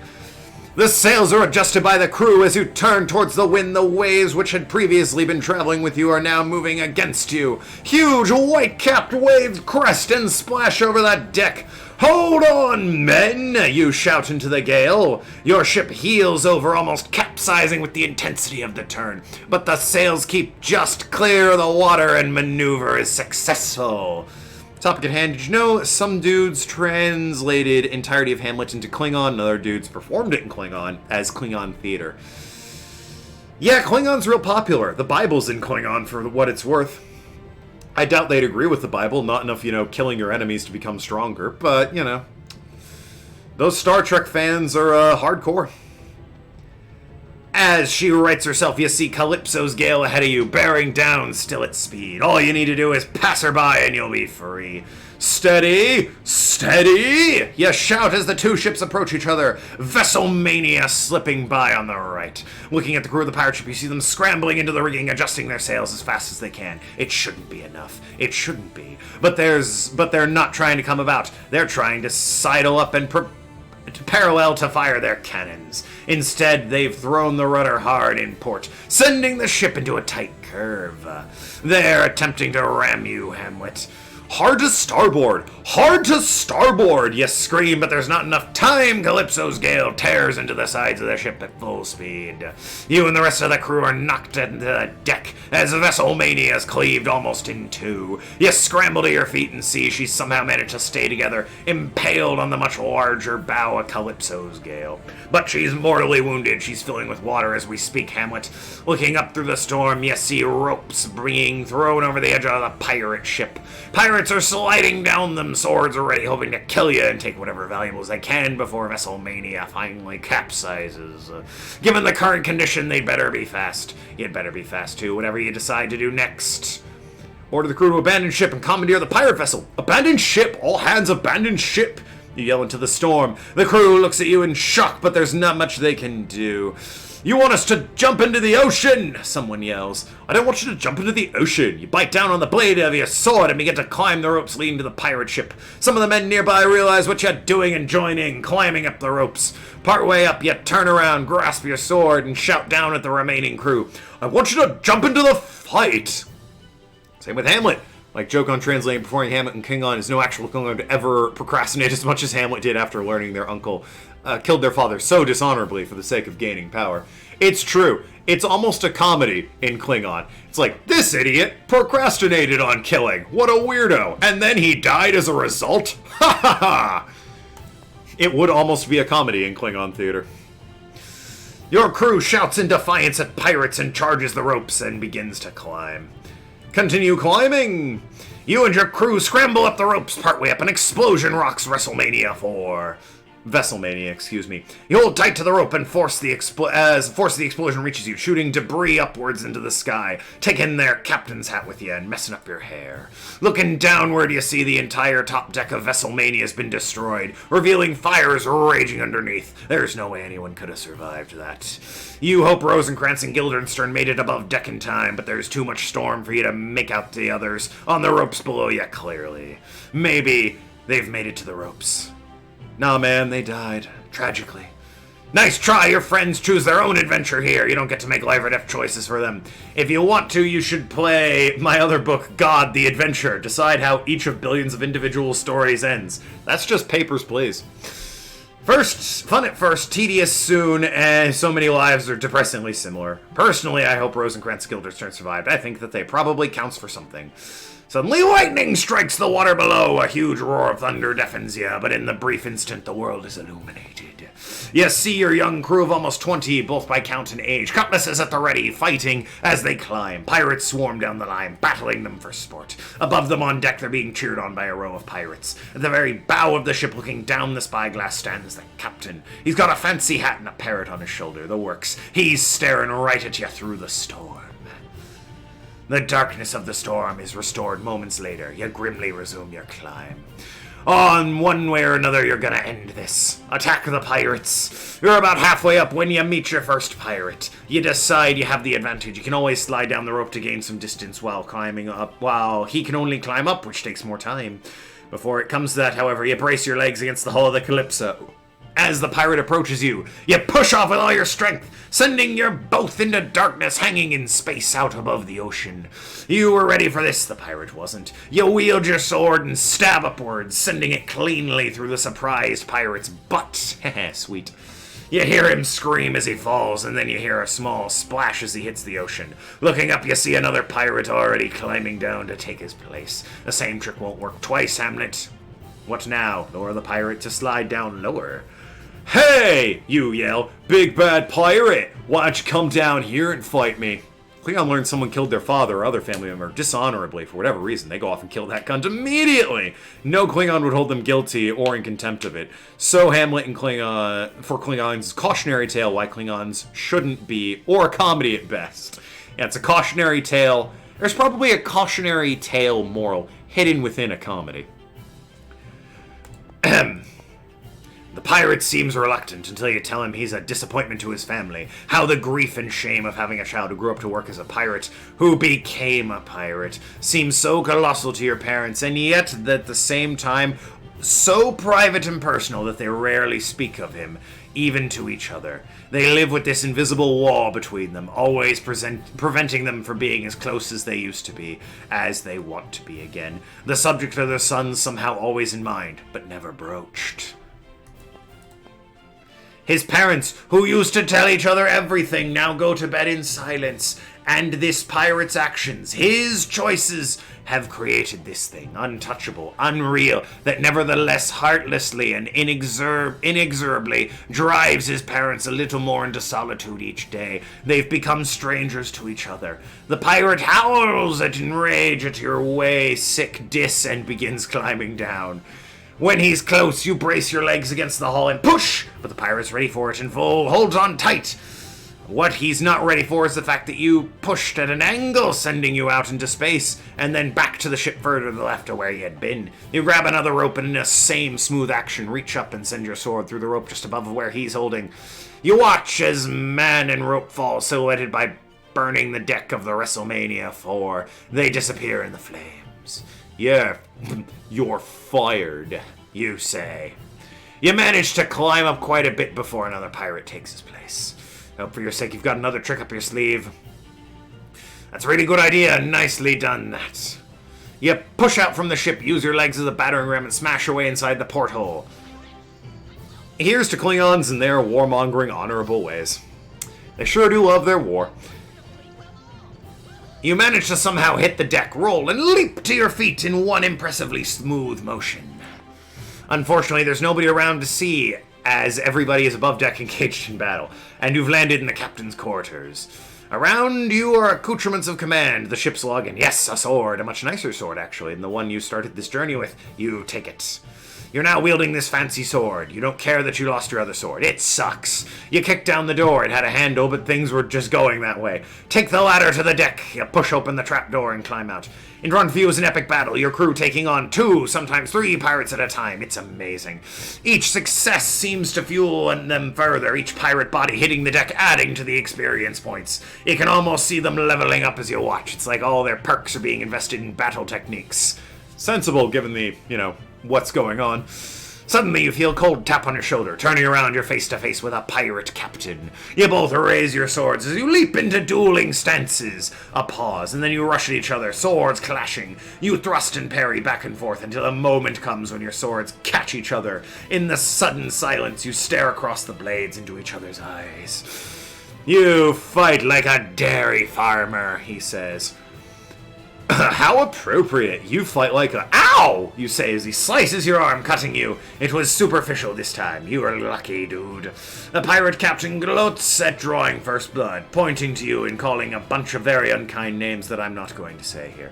Because I don't want to throw you down this book so you can try and find a pirate to murder in real life. Just take my word, the things he says about you are bad. On the plus side, while he gloats, it's an opening. Attack while his hand is pointed at you. You drop to one knee, put all your effort into sending your sword upward at his outstretched hand. You manage to cleave it from his wrist in a single slice. The momentum from the blow carries his hand up in the air, and you both watch, he in shock, you in surprise, how good and awesome this sword is, as his detached hand describes an arc directly towards you. It hits your chest with a bloody splat. You brush his hand off his jacket and say, "Hey, I never knew what it was like to cut off a limb. Guess I've now got some first-hand experience." This game is great. This is a fantastic time. The pirate captain screams in rage, charging at you with his sword. You deftly parry and sidestep, ending up behind him. The two of you circle each other, flurries of sword play. He's bleeding out from his hand. It's a waiting game at this point. Erupting whenever each of you detects an opportunity. Despite his injury, neither of you is able to gain advantage on the rain-soaked deck. Damn. Lightning strikes the brass rail behind the pirate captain. He's briefly stunned by the tremendous thunder that follows. You're stunned as well, but being a few feet away, you recover more quickly. That's your opening, Hamlet. Attack his dominant sword-bearing arm. Yes, swing your sword sideways at his hard head as you can, making contact with his left elbow at full speed. Your sword slices through flesh easily. He screams and tries to attack you with his other arm, but a second later, you've cut that one off at the elbow, too. You both look down at his now useless arms lying on the deck, one hand clutching his sword. The perfect thing to deadpan suddenly comes to mind, the words crystallizing in your heart, like they were written for you by the very gods themselves. All hands on deck. The pirate screams at you, livid. He's lost some very important body parts, but he's not going to stop. He's out of control with rage and will fight you to the end. You can't let your guard down. He'll take you apart with his teeth if you let him. It's time to finish this, Hamlet. The captain tries to spit in your face. You stab him right in the chest, piercing a lung. He gasps and swears at you. Save your breath, you say. You take a step back and slice off the captain's chin, sending it flying off the rigging. Come on, keep your chin up. You yell, slicing again in his face. You cut off the tip of his nose and it flies. You know what they say, follow your nose. And with a huge strike, you behead him. His head rolls to your feet. You kick it overboard into the ocean.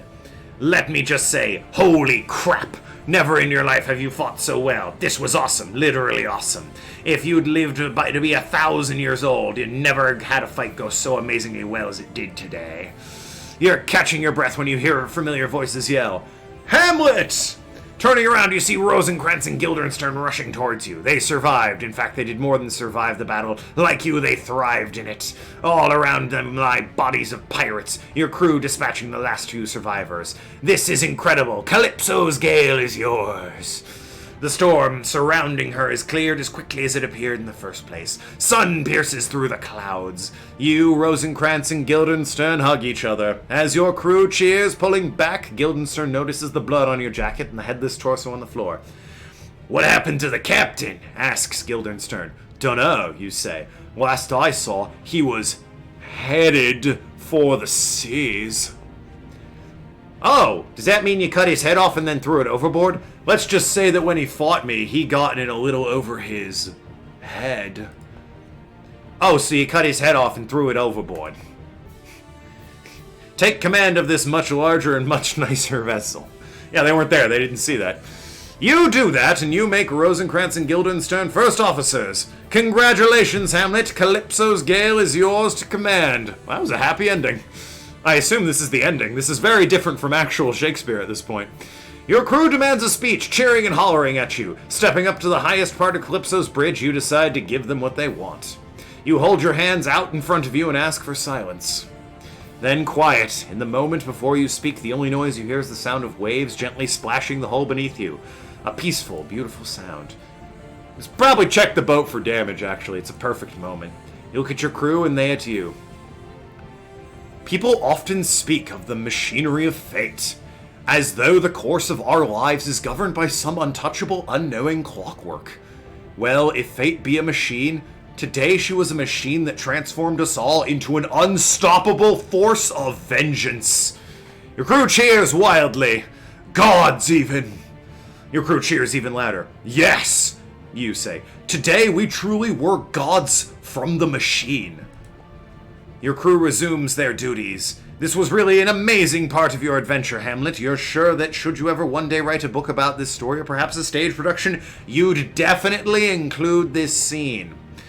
Why, you'd have to be literally crazy to write a story where you journey to England, get attacked by pirates, actual pirates, and then sum up the whole adventure in a single sentence. That would be the worst part.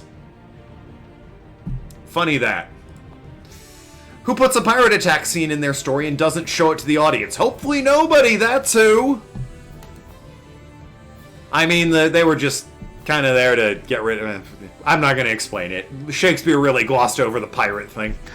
Even from a purely structural viewpoint, you've got to give the audience something awesome to make up for all the introspective you've been doing. That seems pretty obvious is all. Anyway, enough crazy hypotheticals. What will you do to make sail? Back to Denmark and get revenge. I do like the idea of sailing to England, though. Become pirates. The sailors are flying and it's easy. God, if there were a time to save the game, to see how it turns out, this would be it. But we're playing by the numbers, baby. While sailing to Denmark, you, Rosencrantz, and Guildenstern come up with a plan. Calypso. Wasn't Calypso daughter Titan in Greek mythos? Yes. She was also imprisoned on an island after the Titan Wars or some such. Yes, within the Odyssey, she is the witch that turns Odysseus and his men into pigs. Sorry, Odysseus' men into pigs. Odysseus is never actually turned into a pig. That is the witch Calypso. Is it? That might be Calpurnia, now that I think about it. No, Calypso's the one he meets after his entire crew dies, and he spends like 18 years on the island with her, I think. While sailing to Denmark, you and Rosencrantz and Guildenstern come up with a plan. Clearly, King Claudius wants you dead, but he isn't willing to move over, He isn't willing to move overtly, hence the letter he planted on your friends. Heck, even the pirate attack could have been orchestrated by him. It's impossible to know who he's gotten to while you've been gone. You can't trust anyone. You decide to attack Claudius more discreetly, lest a frontal attack from a pirate ship disturb the people of Denmark and weaken your right to rule. That actually makes sense. Rather than sailing into shore and attacking the king head-on, you decide not to tip your hand. This is the plan you've come up with. You'll approach Denmark at night by flying Danish flags. Calypso's gale will stay out of the shore, looking like any other trader, but will remain ready to move on your signal. You'll leave Rosencrantz and Guildenstern in command, dive overboard into the ocean, and swim to shore. Once there, you'll compose and send 3 letters to Horatio by messenger. The first will read, addressed to Claudius, and read, "Hey, I'm back from England, all by myself. Surprised you will be tomorrow when I see you. P.S. I am naked." Memory serves, Calypso did hold Odysseus on her island for a while. I don't remember if it was before or after he lost his crew. It was after. They found the island where Apollo has his prized cattle, and Odysseus insists that, look, I know we're all hungry, but we can't eat the cattle, alright? We don't need the gods being angry at us. Anyway, I'm gonna go see if there's other things to hunt on this island. Stay here and don't eat the cattle. While he was gone, his crew said, I really want to eat that cattle. So they did. They killed all of Apollo's favorite prized bulls. Apollo, being quite mad about this, killed them all. Next time they got on the boat sank and it killed them all. Athena sort of beseeched Apollo like, look, I know you're mad about the cows. Odysseus didn't kill the cows. Circe was the one who turned them into pigs. I thought that was Calpurnia.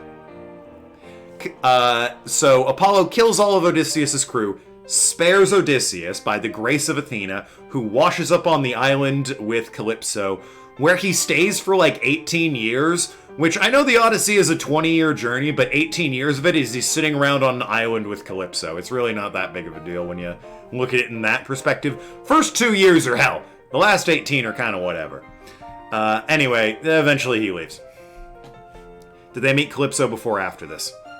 There you go. He washed up on Calypso's island after this.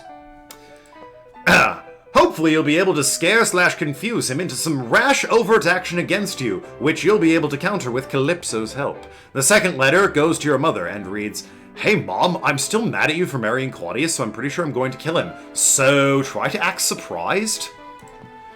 The third and final letter is for your friend Horatio. I don't really think you need to seal that one. In fact, if you're giving him the letters, you could just tell him, whatever.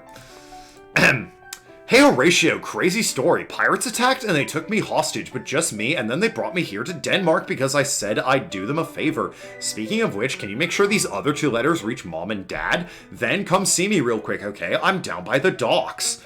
Where's Raz? Giro check. Calpurnia was Julius Caesar's wife. My bad, we were talking about that the other day. 7-9, you came in the middle of the Hamlet Choose Your Own Adventure. And while I have been choosing the skulls, which is the Hamlet story, supposedly, I've, become this pirate captain? So there's some creative interpretations to the original Hamlet here. That should be enough to ensure your letters are delivered, and to see if Claudius has gotten to Horatio while you were away. If he hasn't, Horatio can help you take down Claudius. If he has, well, you'll deal with Horatio the same way you dealt with those pirates, with your swords and your wits, both deadly sharp and insanely pointy. Rosencrantz and Guildenstern agree to your plan. You arrive near Denmark's shore, in the middle of the night, the waves silver with reflected moonlight. Good luck, my friends, you tell Rosencrantz and Guildenstern. And to you, they reply. You've both grown so much on this trip. It's been so great. You've never felt closer to these awesome dudes. Now I can. You dive into the sea and swim for shore. What do? You send your letters. You have time before the messenger will deliver them, so you wander down to the docks. You get the attraction of a passerby who looks like she works here. Excuse me, what's that ship over there? You say, pointing casually as you can at your insanely majestic ship. Huh? Oh, that's Calypso's Gale. It looks like a Danish trader. I imagine she'll be docking for a few hours, she says. Me too, but what does ham have to do with Hamlet? Hamlet's a little bit of ham. When you like ham but don't want to have too much, you have a Hamlet. Oh, neat, you say. Everything's going according to plan. You wave to the ship just in case Rosencrantz and Guildenstern are watching, and wander around waiting for Horatio to show up. You eat some fried fish. It's really yummy. Suddenly you feel a tap on your shoulder. Looking around, you see your old friend. You see old friend Horatio. Hamlet, you're back, he says, hugging you. Did you deliver my letters? Yep, so what's your story? Pirates attacked and only took you hostage, and they brought you back here for no reason? That's crazy! That's really what happened? Do you trust Horatio? If you do, you'll let him in on the full story. If you don't, you'll let him think that you only make it back from your trip. Trust no one, for some reason. But, I'm playing by the skulls. All skulls, baby. Yes, that is exactly what happened, you say. What about Rosencrantz and Guildenstern? He asks. They, died? The king wanted to murder me, and he got them to carry a letter to the English king telling him to kill me?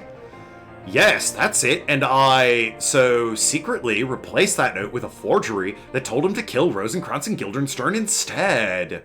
They're dead now because, as I said earlier in my letter, the pirates left after they captured me. Yes, everything fits together nicely. It's a good lie, close to the truth, so it won't be hard to keep straight.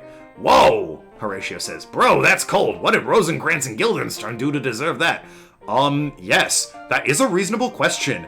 And the reasonable answer is that they carried the letter from Claudius on purpose.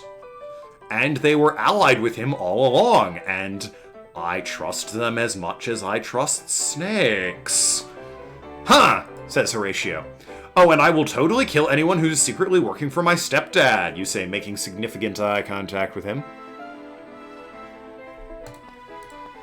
Huh, says Horatio, perfectly neutral. Darn these even-handed non-committal responses that tell you nothing. You've been walking you've been walking while you talk. You and Horatio find yourselves in the graveyard. It's close to the river everyone takes their drinking water from, which I guess kind of explains why people act so crazy around here. Spoiler alert, that water is super contaminated. It's part of a nefarious plan, roll with it.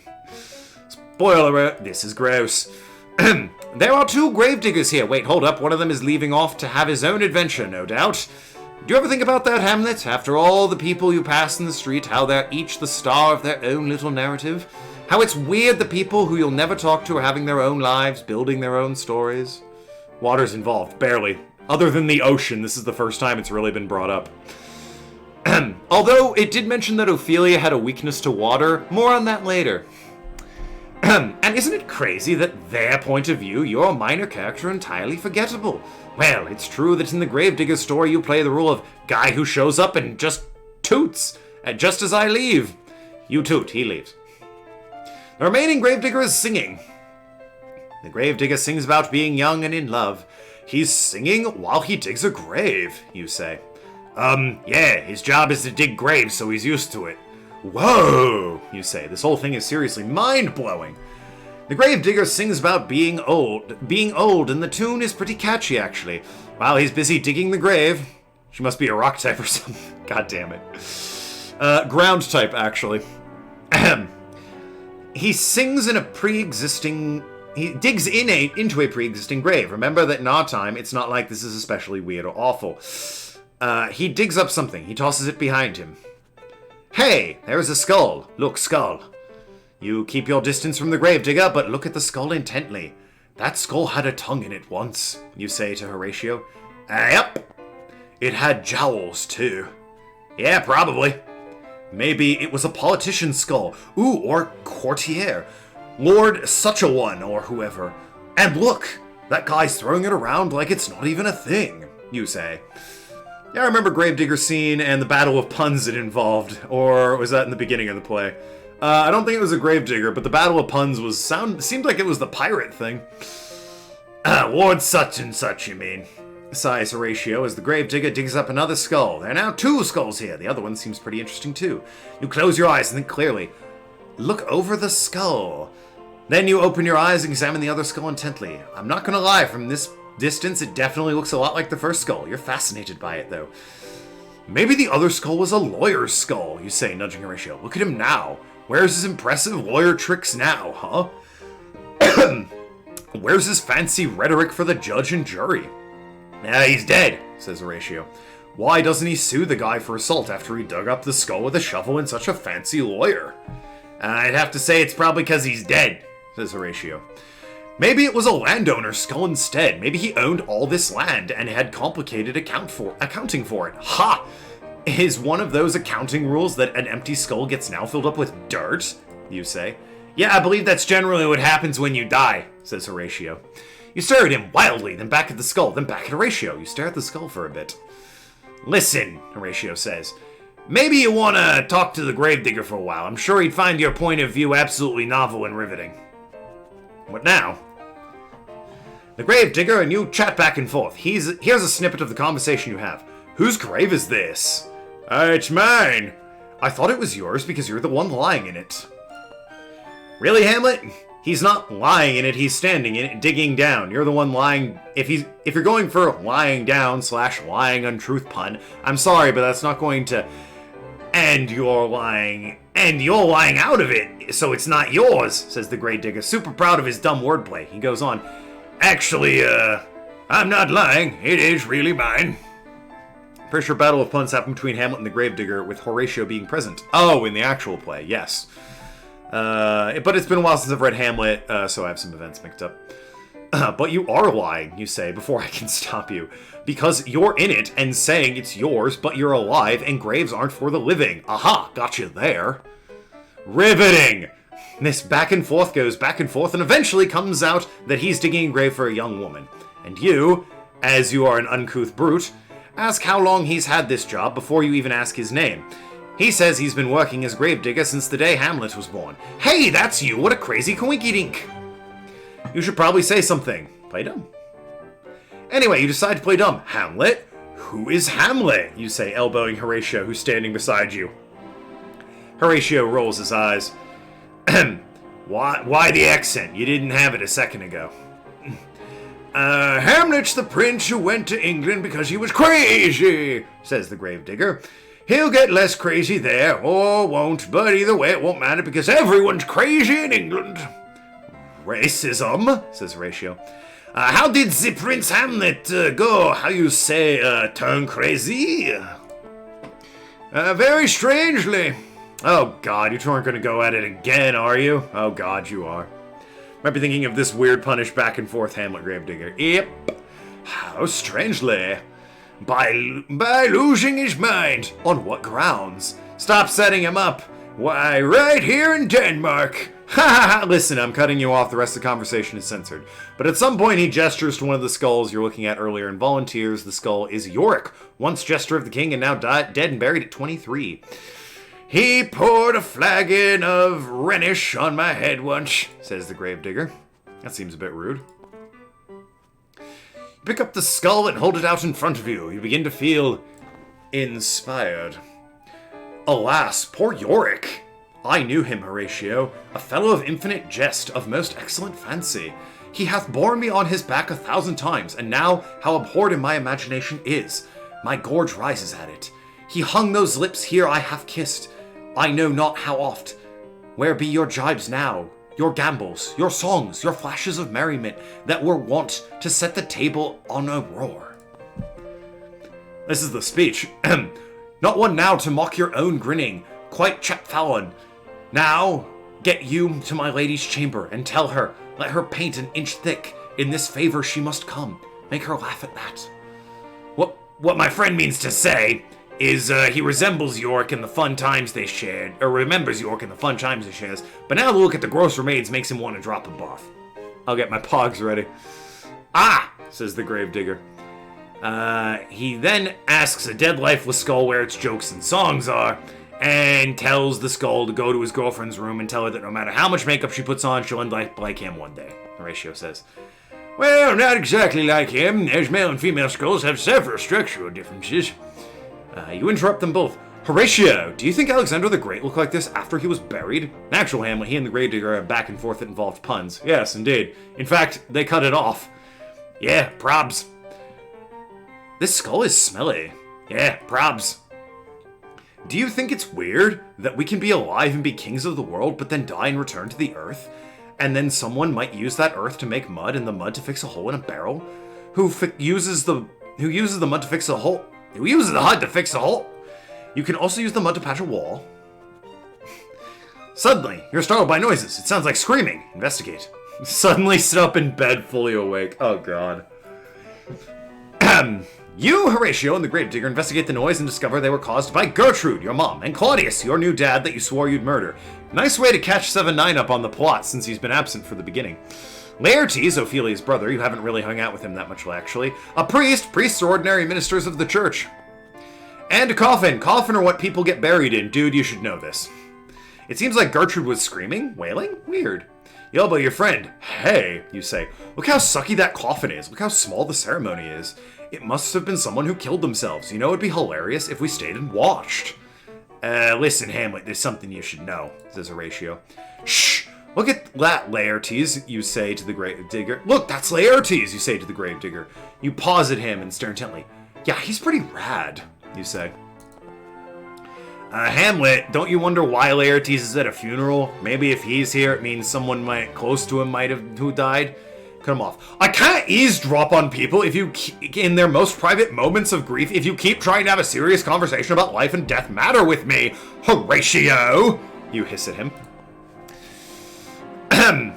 Turning your attention back to Laertes, you see him arguing with the priest, asking for more rights. More rights, he says. But the priest says he's done all the rights he should do, and then some. Since this person committed suicide, called it. They don't get as many rights. If we do any more rights, we'll profane the blessed souls of the other people buried here, he says.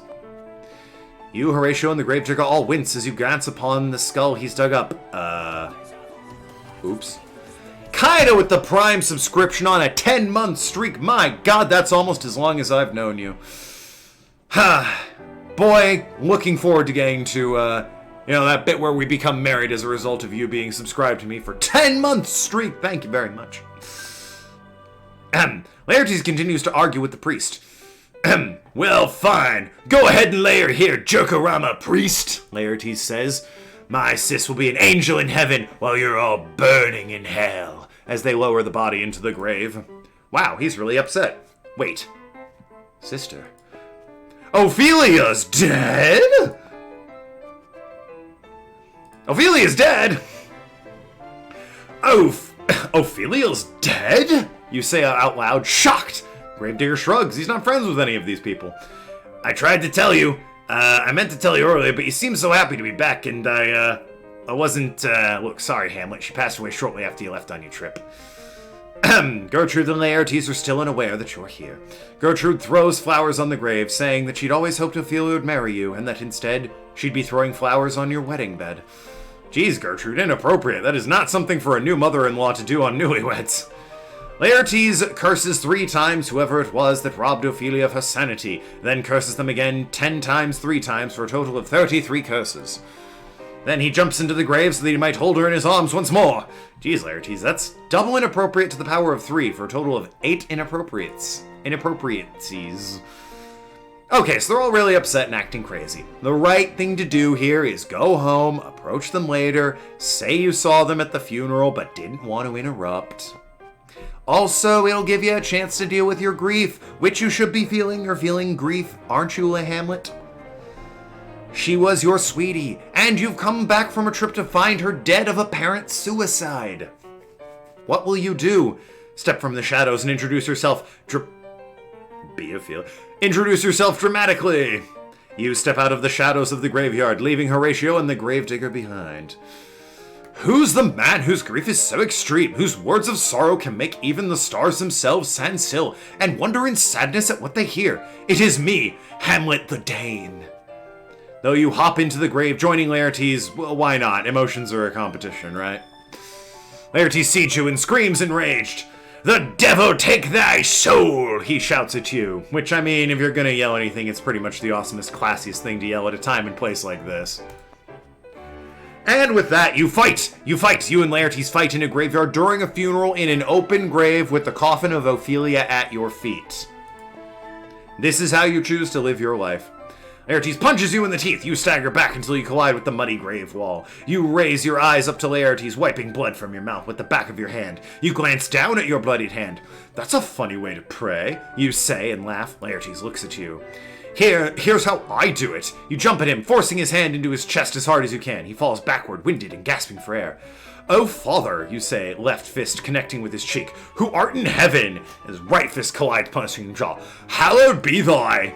His arm shoots out to encircle your throat, and before you can react, he squeezes you. You see stars dance around the edge of your vision. No tact or consideration for deceased or mourners. Well, obviously not. You don't want to do that, you gasp, but Laertes only squeezes tighter. Now, why is that, Hamlet? He asks, smirking mock concern written on his face. You lock eyes. There's something dangerous inside of me, and you should be afraid of it. I am.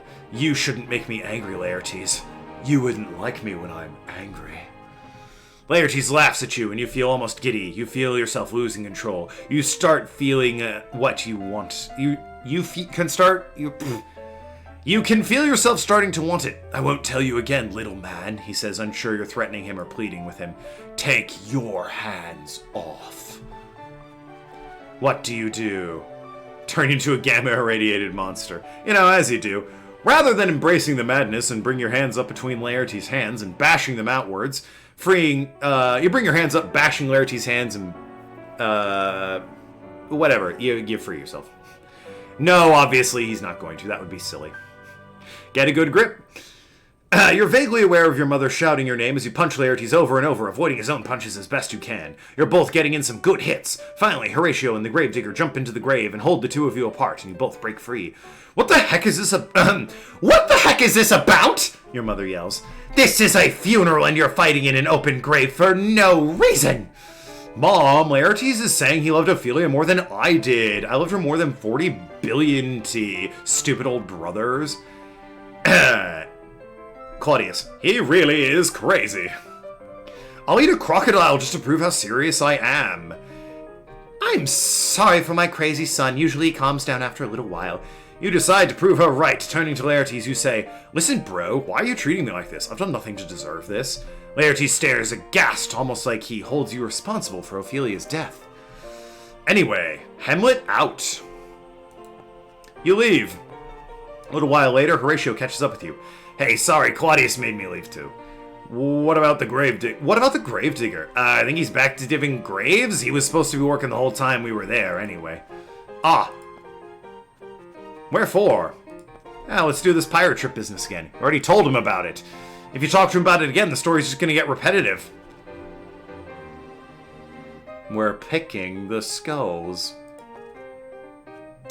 Okay, fine. Remembering that you haven't decided if you can trust him yet, you have a long conversation where you explain again in detail the lie you've told him.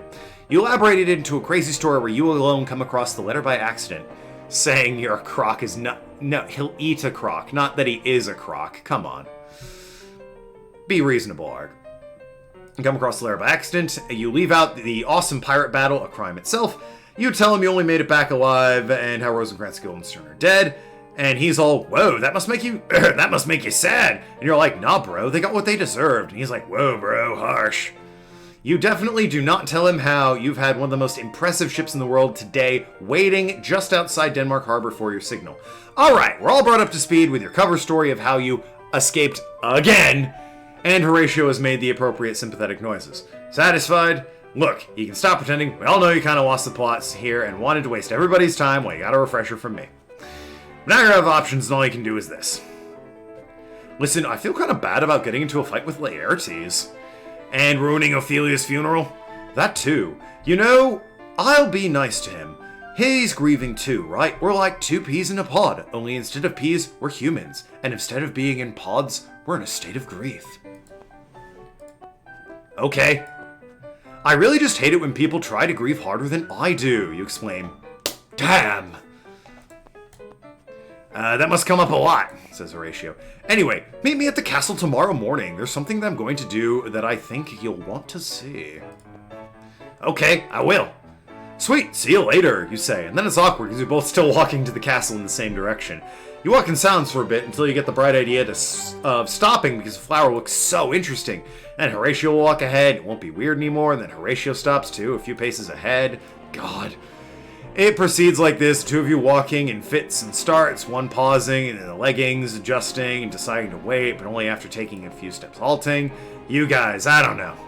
When you finally go to bed, you go to sleep, sad, Ophelia's dead, remember, but also excited. You're going to expose Claudius tomorrow, and you have Calypso's Gale to back you up. While you're sleeping, I sneak in and pour a potion of not grieving anymore because feelings are boring into your ear. This version of Hamlet is dumber than Shakespeare's play, but it's intentionally. It's playing the dumbness ironically, with the narrator getting angry at you.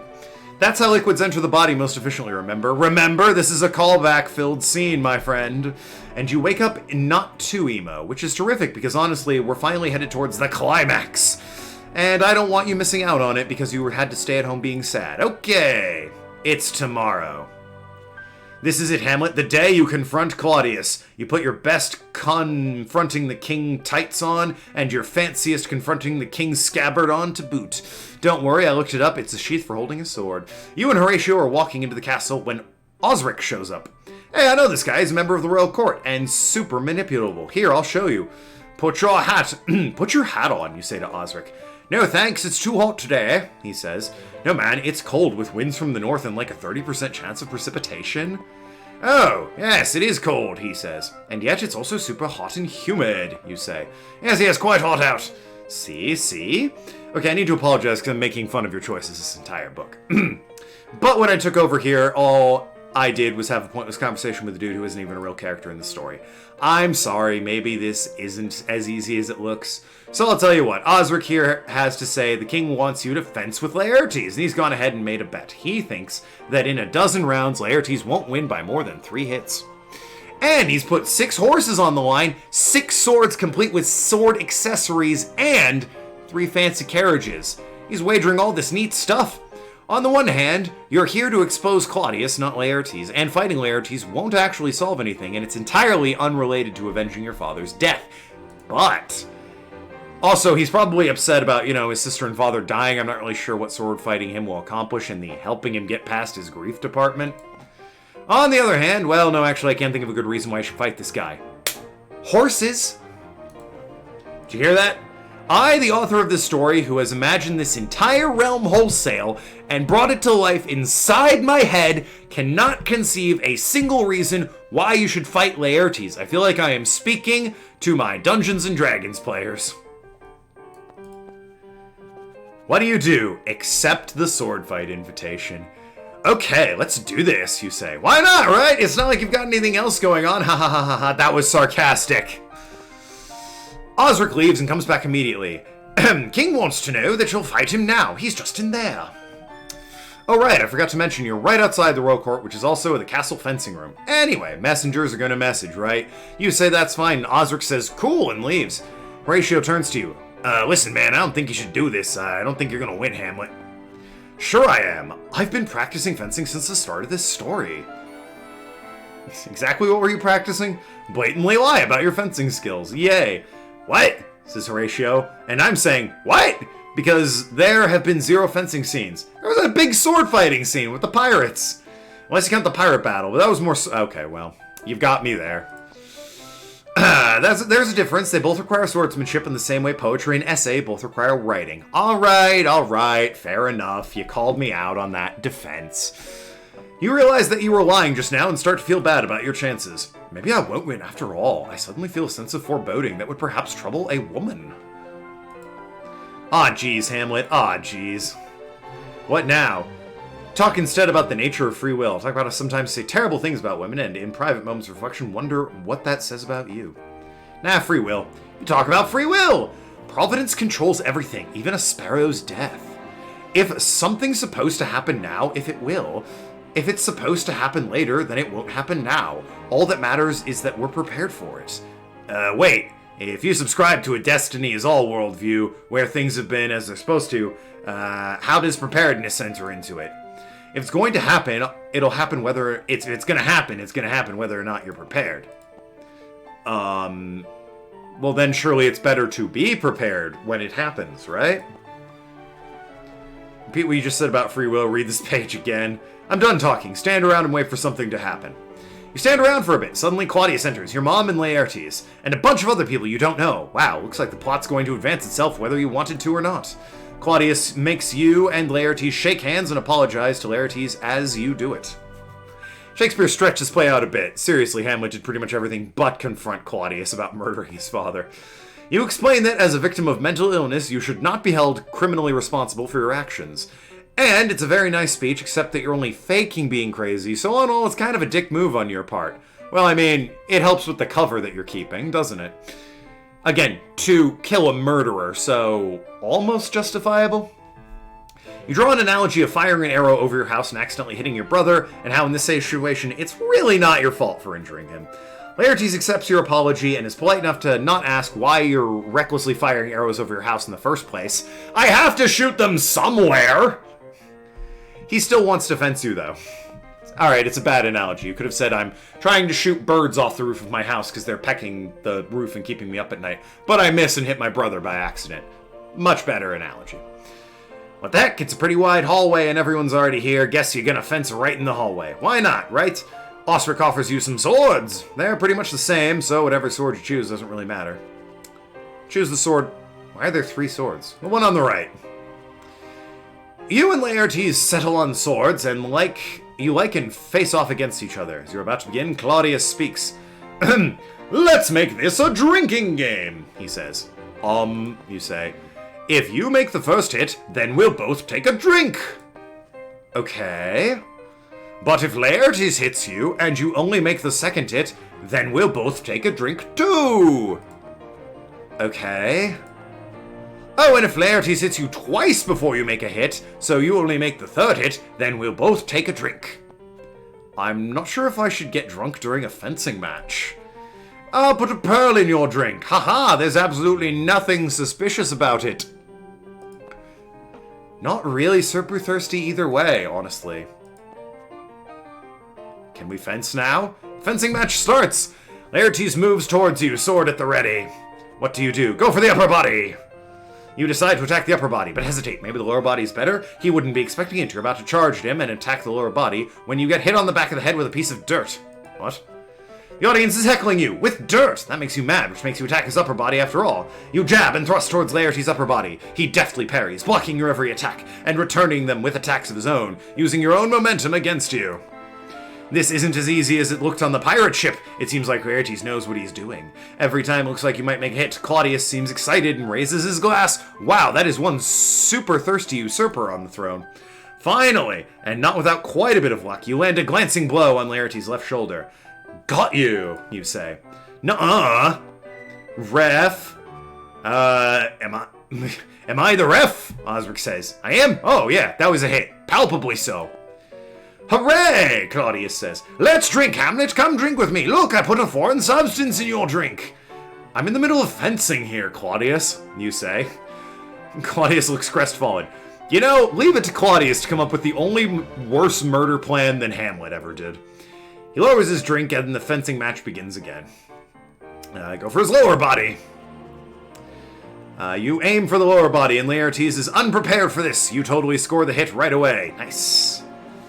Got you. Okay. Okay, you got me. Okay, you got me. Our son will win. Claudius. Thought that was Gertrude. My bad. Our son will win, Claudius says calmly. Hello, I'm not your son. Just then your mom calls you fat and lazy and offers you a napkin to rub the sweat because she thinks you're fat and already sweating out of your forehead from just one little fight. Whoa, where'd that come from? What the butt, Mom? Where'd that come from? Whatever, she says, holding up the goblet to Caius. Look, I'm going to ironically drink to your good fortune and health. Don't drink that, says Claudius. I drinks what I want, your mom says, and she does just that, drinking what she wants. Ah, jeez, that's the poison cup. It's too late for you now. Pretend you didn't hear him.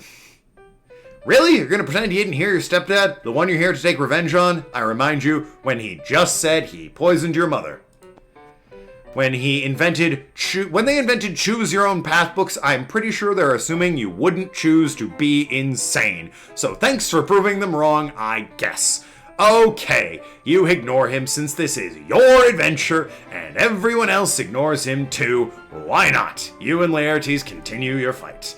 At one point, Laertes says that what he's doing is almost against his conscience, which seems like a weird thing to say in a friendly, non-fatal fight like this, but you ignore that too. Hurrah! Your ears are useless. You fight back and forth at one point with your swords clash in front of you. My adventure. You too can have an adventure by installing To Be or Not To Be. It's very funny.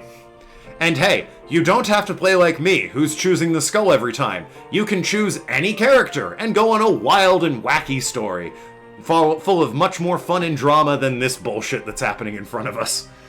This is your chance to say something awesome. Bring it on, you say, as grimly and badassly as possible, but somehow it comes out as, I pray you pass with your best violence. I am afraid you make a wonton out of me. So, oh well. Pushing as hard as you can, you manage to force Laertes' sword aside, but in the fighting that ensures, he manages to cut you on your arm. Enraged, you break the rules of sword fighting just a little and kick his hand, sending his sword flying. In response, he kicks your hand, sending your sword flying to the exact same spot. Both scramble towards the swords, trying to rearm yourselves. Take the right sword. You grab the right sword while Laertes grabs the left. In the flurry of swords that ensued, you cut Laertes' leg, while at the same time Laertes cuts your leg. It's perfect symmetry. Fortunately for you, the sword you grabbed had a poison tip. Life's full of surprises, eh? This is a new surprise that Laertes is now poisoned. Very soon, you're going to be responsible for an extremely public murder. But don't worry too much, since it was Laertes' sword that was poison tip in the first place, and that means you too are poisoned from the earlier cut. Hooray! Just to summarize quick, you haven't killed Claudius. You have managed to poison your one-time, now-dead girlfriend's brother, get poisoned yourself, and allow your mother to be poisoned. So if you're wondering about how you're doing score-wise, it's at, oh, I don't know, negative 55,000 kill points? Yeah, Claudius is a dumbass who thinks anybody will fall for such an obvious plot. He thinks Hamlet is so dumb he'll fall for a dumb plot. I mean, can't fault Claudius for thinking Hamlet's a dumbass. But, yeah, no, still, Claudius, dude, doesn't hurt to be inconspicuous. We're playing golf rules, right? I'm, like, way ahead of the game. Gertrude collapses from the poison you ignored earlier and feigning ignorance, you say, "How's the queen?" And Claudius says, "She's fainted because you guys are bleeding." And she goes, "No, I'm poisoned from the drink," and then dies. We've been betrayed, you shout, and then feigning ignorance again. You go, "Quick, lock the doors. Let's find out who did this." Laertes, a man who is dying as we speak, is thus forced to spend his last few minutes alive explaining to you very clearly, with no big words, that your mother was poisoned by the king. He also explains that you've been poisoned too, but I already told you that. It's too bad, because he said it very nicely and all. "Hamlet, thou art slain. No medicine in the world can do thee good." Well, I was like, woobly woo, jokes, jokes, jokes. Note, I am paraphrasing. There you go. Anyway, now is your absolute last chance. You have a poison sword in your hand, and Claudius is sitting here in front of you. You will be dead in one turn. Shockingly, against all odds, at this point, Hamlet actually kills Claudius.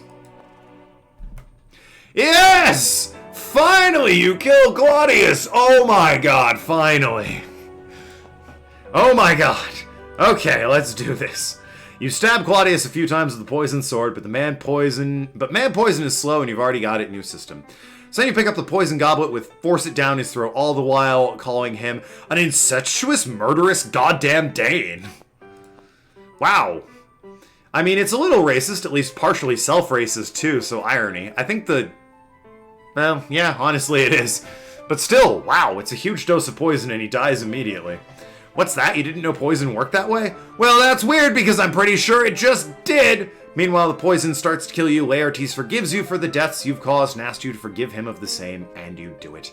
It's actually pretty classy. Then you call Horatio over. "Horatio, don't be crazy and chug the poison too. It's your job to tell everyone my story, so people know what really happened. You need to tell the people." "Okay," says Horatio, glancing around the surrounding crowd, which has seen this all go down.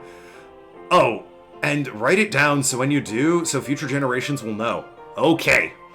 "Oh, and make it one of those choose-your-own-adventure dealies. I love those." "Right."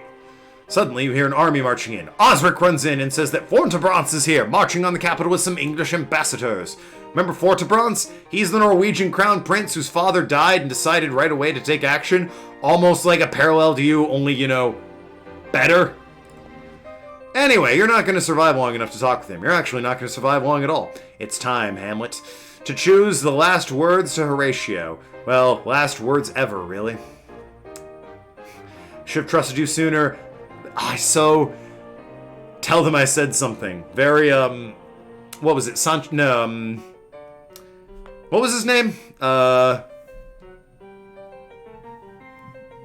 Pancho El Sancho? One of those Western outlaws, said, "Tell them I said something important, like long live Mexico." Horatio, I should have trusted you sooner. There's a ship named Calypso's Gale outside the harbor. They'll help you defeat Fortinbras. Her crew is brave and captaincy is shared by Rosencrantz and Guildenstern. Tell them what happened with my last breath. I ask you, save Denmark. Oh, I die, Horatio. The potent poison quite o'ercrows my spirit. I cannot live to hear the news from England, but I do prophesize the election lights on Fortinbras. He has my dying voice. Tell him with the occurrences, more and less, which have solicited. The rest is silenced. Oh, oh, oh, oh.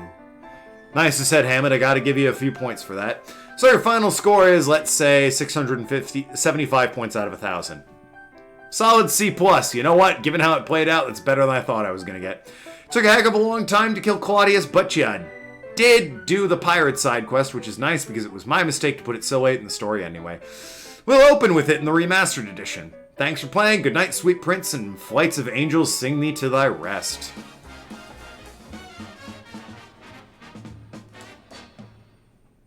I thought it would go on for a bit longer. Nice artwork we got there.